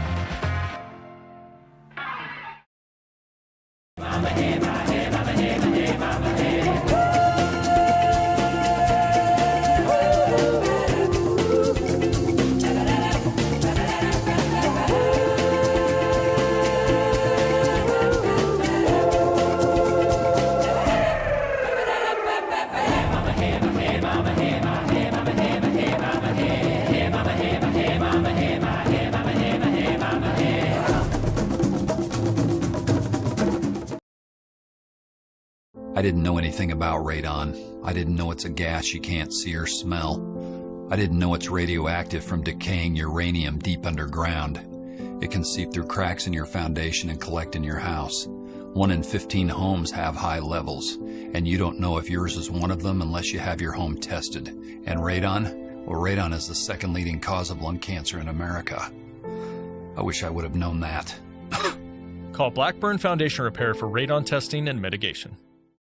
Watch your team on massive high-definition screens while enjoying live betting. Keep some skin in the game even when the odds don't go your way. Enter Jack's Second Chance Mulligan Drawing by dropping your losing ticket for a shot at up to $200 in Cadillac cash every week. Satisfy your craving with mouth-watering Mexican cuisine from Guadalajara's, or choose from 4 other food vendors, all while sipping on your favorite drinks. The BetMGM Sportsbook at Cadillac Jack's Gaming Resort. How will your game play out?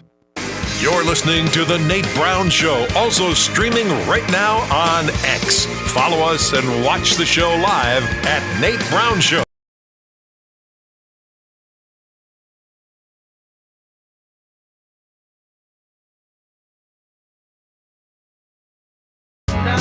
Hey, thanks for being here on your drive home. The Nate Brown Show is live Monday on South Dakota Sports Talk Show, Fox Sports Radio. Stream us all the time on X, at Nate Brown Show. YouTube channel is The Nate Brown Show. If you're on YouTube, subscribe to the channel. You've got us, The Nate Brown Show. If you missed parts of the show, we talked high school football tonight. We talked college with the Dakota Marker preview. Matt Zimmer was on. Jason Andera was on. Go to the Nate Brown Show podcast. It's there on Apple, Spotify, Amazon, wherever you get your podcast. Just search The Nate Brown Show, and then you've got this show on demand. Rob Keighron's in studio tonight. A Reaction Monday with Rob Keighron. We've hit the Giants enough, so let's move forward. College football also had a tough loss Friday night. I think this is a tough loss. Not a meltdown, but really just a dominant performance at Minnesota Gophers. They led the whole time. They took care of the Huskers. It wasn't even that, competitive. I mean, it wasn't like a blowout, but the Huskers got beat from start to finish Friday night.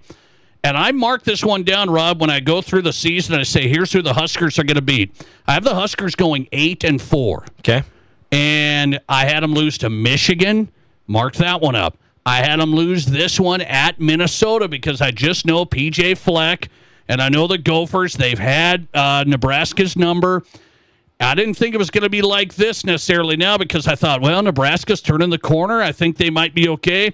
I had this one as a loss, and then moving forward, I had Penn State before I knew the meltdown was coming, and I had USC. So I think those are pretty fair. Now I'm gonna switch this. I'm gonna go USC loss. I'm gonna go Iowa loss at the end of the year. I think they'll beat Penn State, but look out. I'm asking you if they can go 8-4, even with losses to a Minnesota, a USC, a Michigan on this type of year. Are they still taking big steps forward with Matt Rule? How would you characterize Husker football? Nate, if they do end up 8-4, and I think there's a decent chance they still could end up 8-4, and I kind of agree with you. Flipping the Penn State and the Iowa thing, I think makes a whole lot of sense. If they end up 8-4, they're definitely making strides. They're headed in the right direction. I mean, 8-4 is a solid season. Now, my bigger concern from Friday night, he didn't score a point in the last 34 minutes of the game. I mean, what are we doing? Like, you have this quarterback, right, who has shown some really good efforts over the last few weeks, and we can't score a point in the last 34 minutes? I mean, Matt, that's on you, right? That's your ballyhoo, right? That's how you're going to put your stamp on this program. And I'm not saying Minnesota is a bad defensive team because they're good, but gosh, I mean, that's kind of a bad loss. I mean, if you're looking at it, Minnesota's not like going to be this awesome team in the Big Ten. They've had some bad games. That's kind of a bad loss. I mean, they barely beat Rutgers. They barely beat Purdue. Both not great teams. I think if you lose a game, a heartbreaker on a field goal, 27-24, you can kind of understand. It's a road game. It's a tough crowd. Friday night. People are into it. I get it. You don't show up in the second half of a football game like this, and that, to me, is where you get a little bit concerned. Can he take them to this special level? Can he get them to be a winning? That's a good point. Special level. They're not at a special level. No, and I think he can get them to a winning program, right? 7-5, 8-4, the occasional 9-3. But don't you expect that Nebraska, after a few years under Rule, is going to compete for at least to make the Big Ten championship, right? I mean, isn't that the goal at the first goal at the very least? They want them to make the college football playoff now, which is expanded to 12 teams, and they think if you're in the top 3 of the Big Ten, you're in that. And they aren't going to be in the top 3, I don't think. Yeah, I mean, they'd have to run the table right now, right? If they wanted any chance at something like that. And you and I both don't think that's realistic. I mean, USC is a good team. They played Notre Dame fairly competitively for most of the game. Going to be a tough one. And going into UCLA, as we know, isn't the easiest thing either right now. Yeah, so, that's true, too. I mean, UCLA is different. These are tricky games that they have right now. So I do think I'd be shocked if they don't have 7 wins. Would you be? I'd be shocked if they don't have 7, which is a winning season. But I wouldn't be surprised if they had 8. I just don't think they're making that big enough stride. And maybe, if he stays and Raiola's there and you get one more year, maybe that could happen. Listener text coming in on the Huskers. Listener text, Huskers are just another team. This came in before your comment. They aren't special or relevant. They aren't special or relevant. Just another team. That's interesting. That would mean the program's not taking big steps forward. And that was my question. I can't say it yet. I can't say that they're taking big steps forward yet. Coming right back, last hitter before we run on a Reaction Monday. Big game tonight. Who do we want to win to make it the best World Series? Game 7. We'll react next. This is the Nate Brown Show. Mom, can we please go to Waitiki Indoor Water Park Resort? Waitiki? What's so special about it? Are you kidding? It's got slides, fountains, a lazy river, everything. And it's just a short drive to Rapid City. If we stay at one of the hotels, we get water park passes for free. Wow, you really did your homework. Okay, what do you say we pack our swimsuits and hit Waitiki this weekend? Yes, best mom ever. Unlock your adventure at WaitikiWaterpark.com.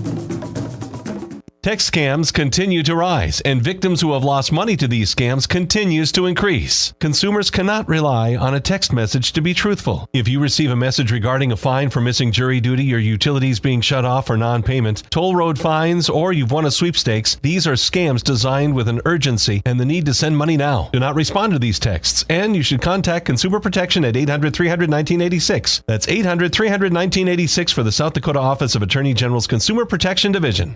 Old Man Winter is right around the corner. It's time to upgrade your ride. Shop a great selection of used trucks and sport utilities at Denny Menholt Toyota. Snow-busting 4x4s and all-wheel drives. Plus, the area's best selection of used Toyotas and Toyota Certified Pre-Owned. Get financing as low as 4.99% APR for up to 60 months on Certified Pre-Owned. Tell Old Man Winter to take a hike. See us at Denny Menholt Toyota or DennyMenholtToyota.com. 1887 per 1,000 finance, regardless of down. Offers with qualified credit. Expires 11/3/25. What makes a credit union different from a bank? At Highmark Credit Union, it starts with you. We're member-owned, not shareholder-driven. That means our earnings go back to you through better rates, lower fees, and personal service. Unlike big banks, we put people first. You're not just an account number, you're part of a community. Highmark Credit Union. Local, personal, and here for you. We'll make it happen. Federally insured by the NCUA. In the studio today, I have Weston and Denise Chapman, owners of Black Hills Tire. What kind of diesel services does Black Hills Tire specialize in? Black Hills Tire is really going to focus on a lot of new diesel services. We're doing factory maintenance and service. We're doing fuel system diagnostics and repair. We're going to do engine repair, even all the way into engine overhauls and engine removals and installation, whether it's driveline components and repair, transmission service, transmission and clutch replacements, brakes. We're doing everything. Check us out at blackhillstire.com. Here's your Fox Sports Rapid City forecast. A wind advisory continues. Mainly clear skies tonight with lows around 36. Northwesterly winds 10 to 20 miles per hour. Ample sunshine expected tomorrow. High temperatures reach up to 62. Lows level off around 37. Tomorrow night, mainly clear skies. That's your forecast on the Black Hills Sports Station, Fox Sports Rapid City. Currently, it's 41 degrees. The doctors and staff at Black Hills Orthopedic and Spine Center have provided expert bone, joint, and muscle care to patients in the Black Hills area since 1976. Whether you're an elite athlete, a weekend warrior, or just want to continue your active lifestyle, the orthopedic experts at Black Hills Orthopedic and Spine Center will help you stay in the game. Don't let an injury keep you from doing the things you love. Trust the team at Black Hills Orthopedic and Spine Center, specializing in what moves you. Learn more at bhosc.com. Live from the Anytime Auto Sales Service and Details Studio, sales, service, and recreation, this is Fox Sports Rapid City.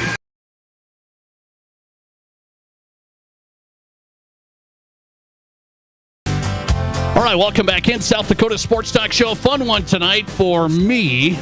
I wasn't even that hard on you with the Giants, right? I mean, I know you're unstable right now, so I was a little scared. Unstable? I mean, that's super concerning for me.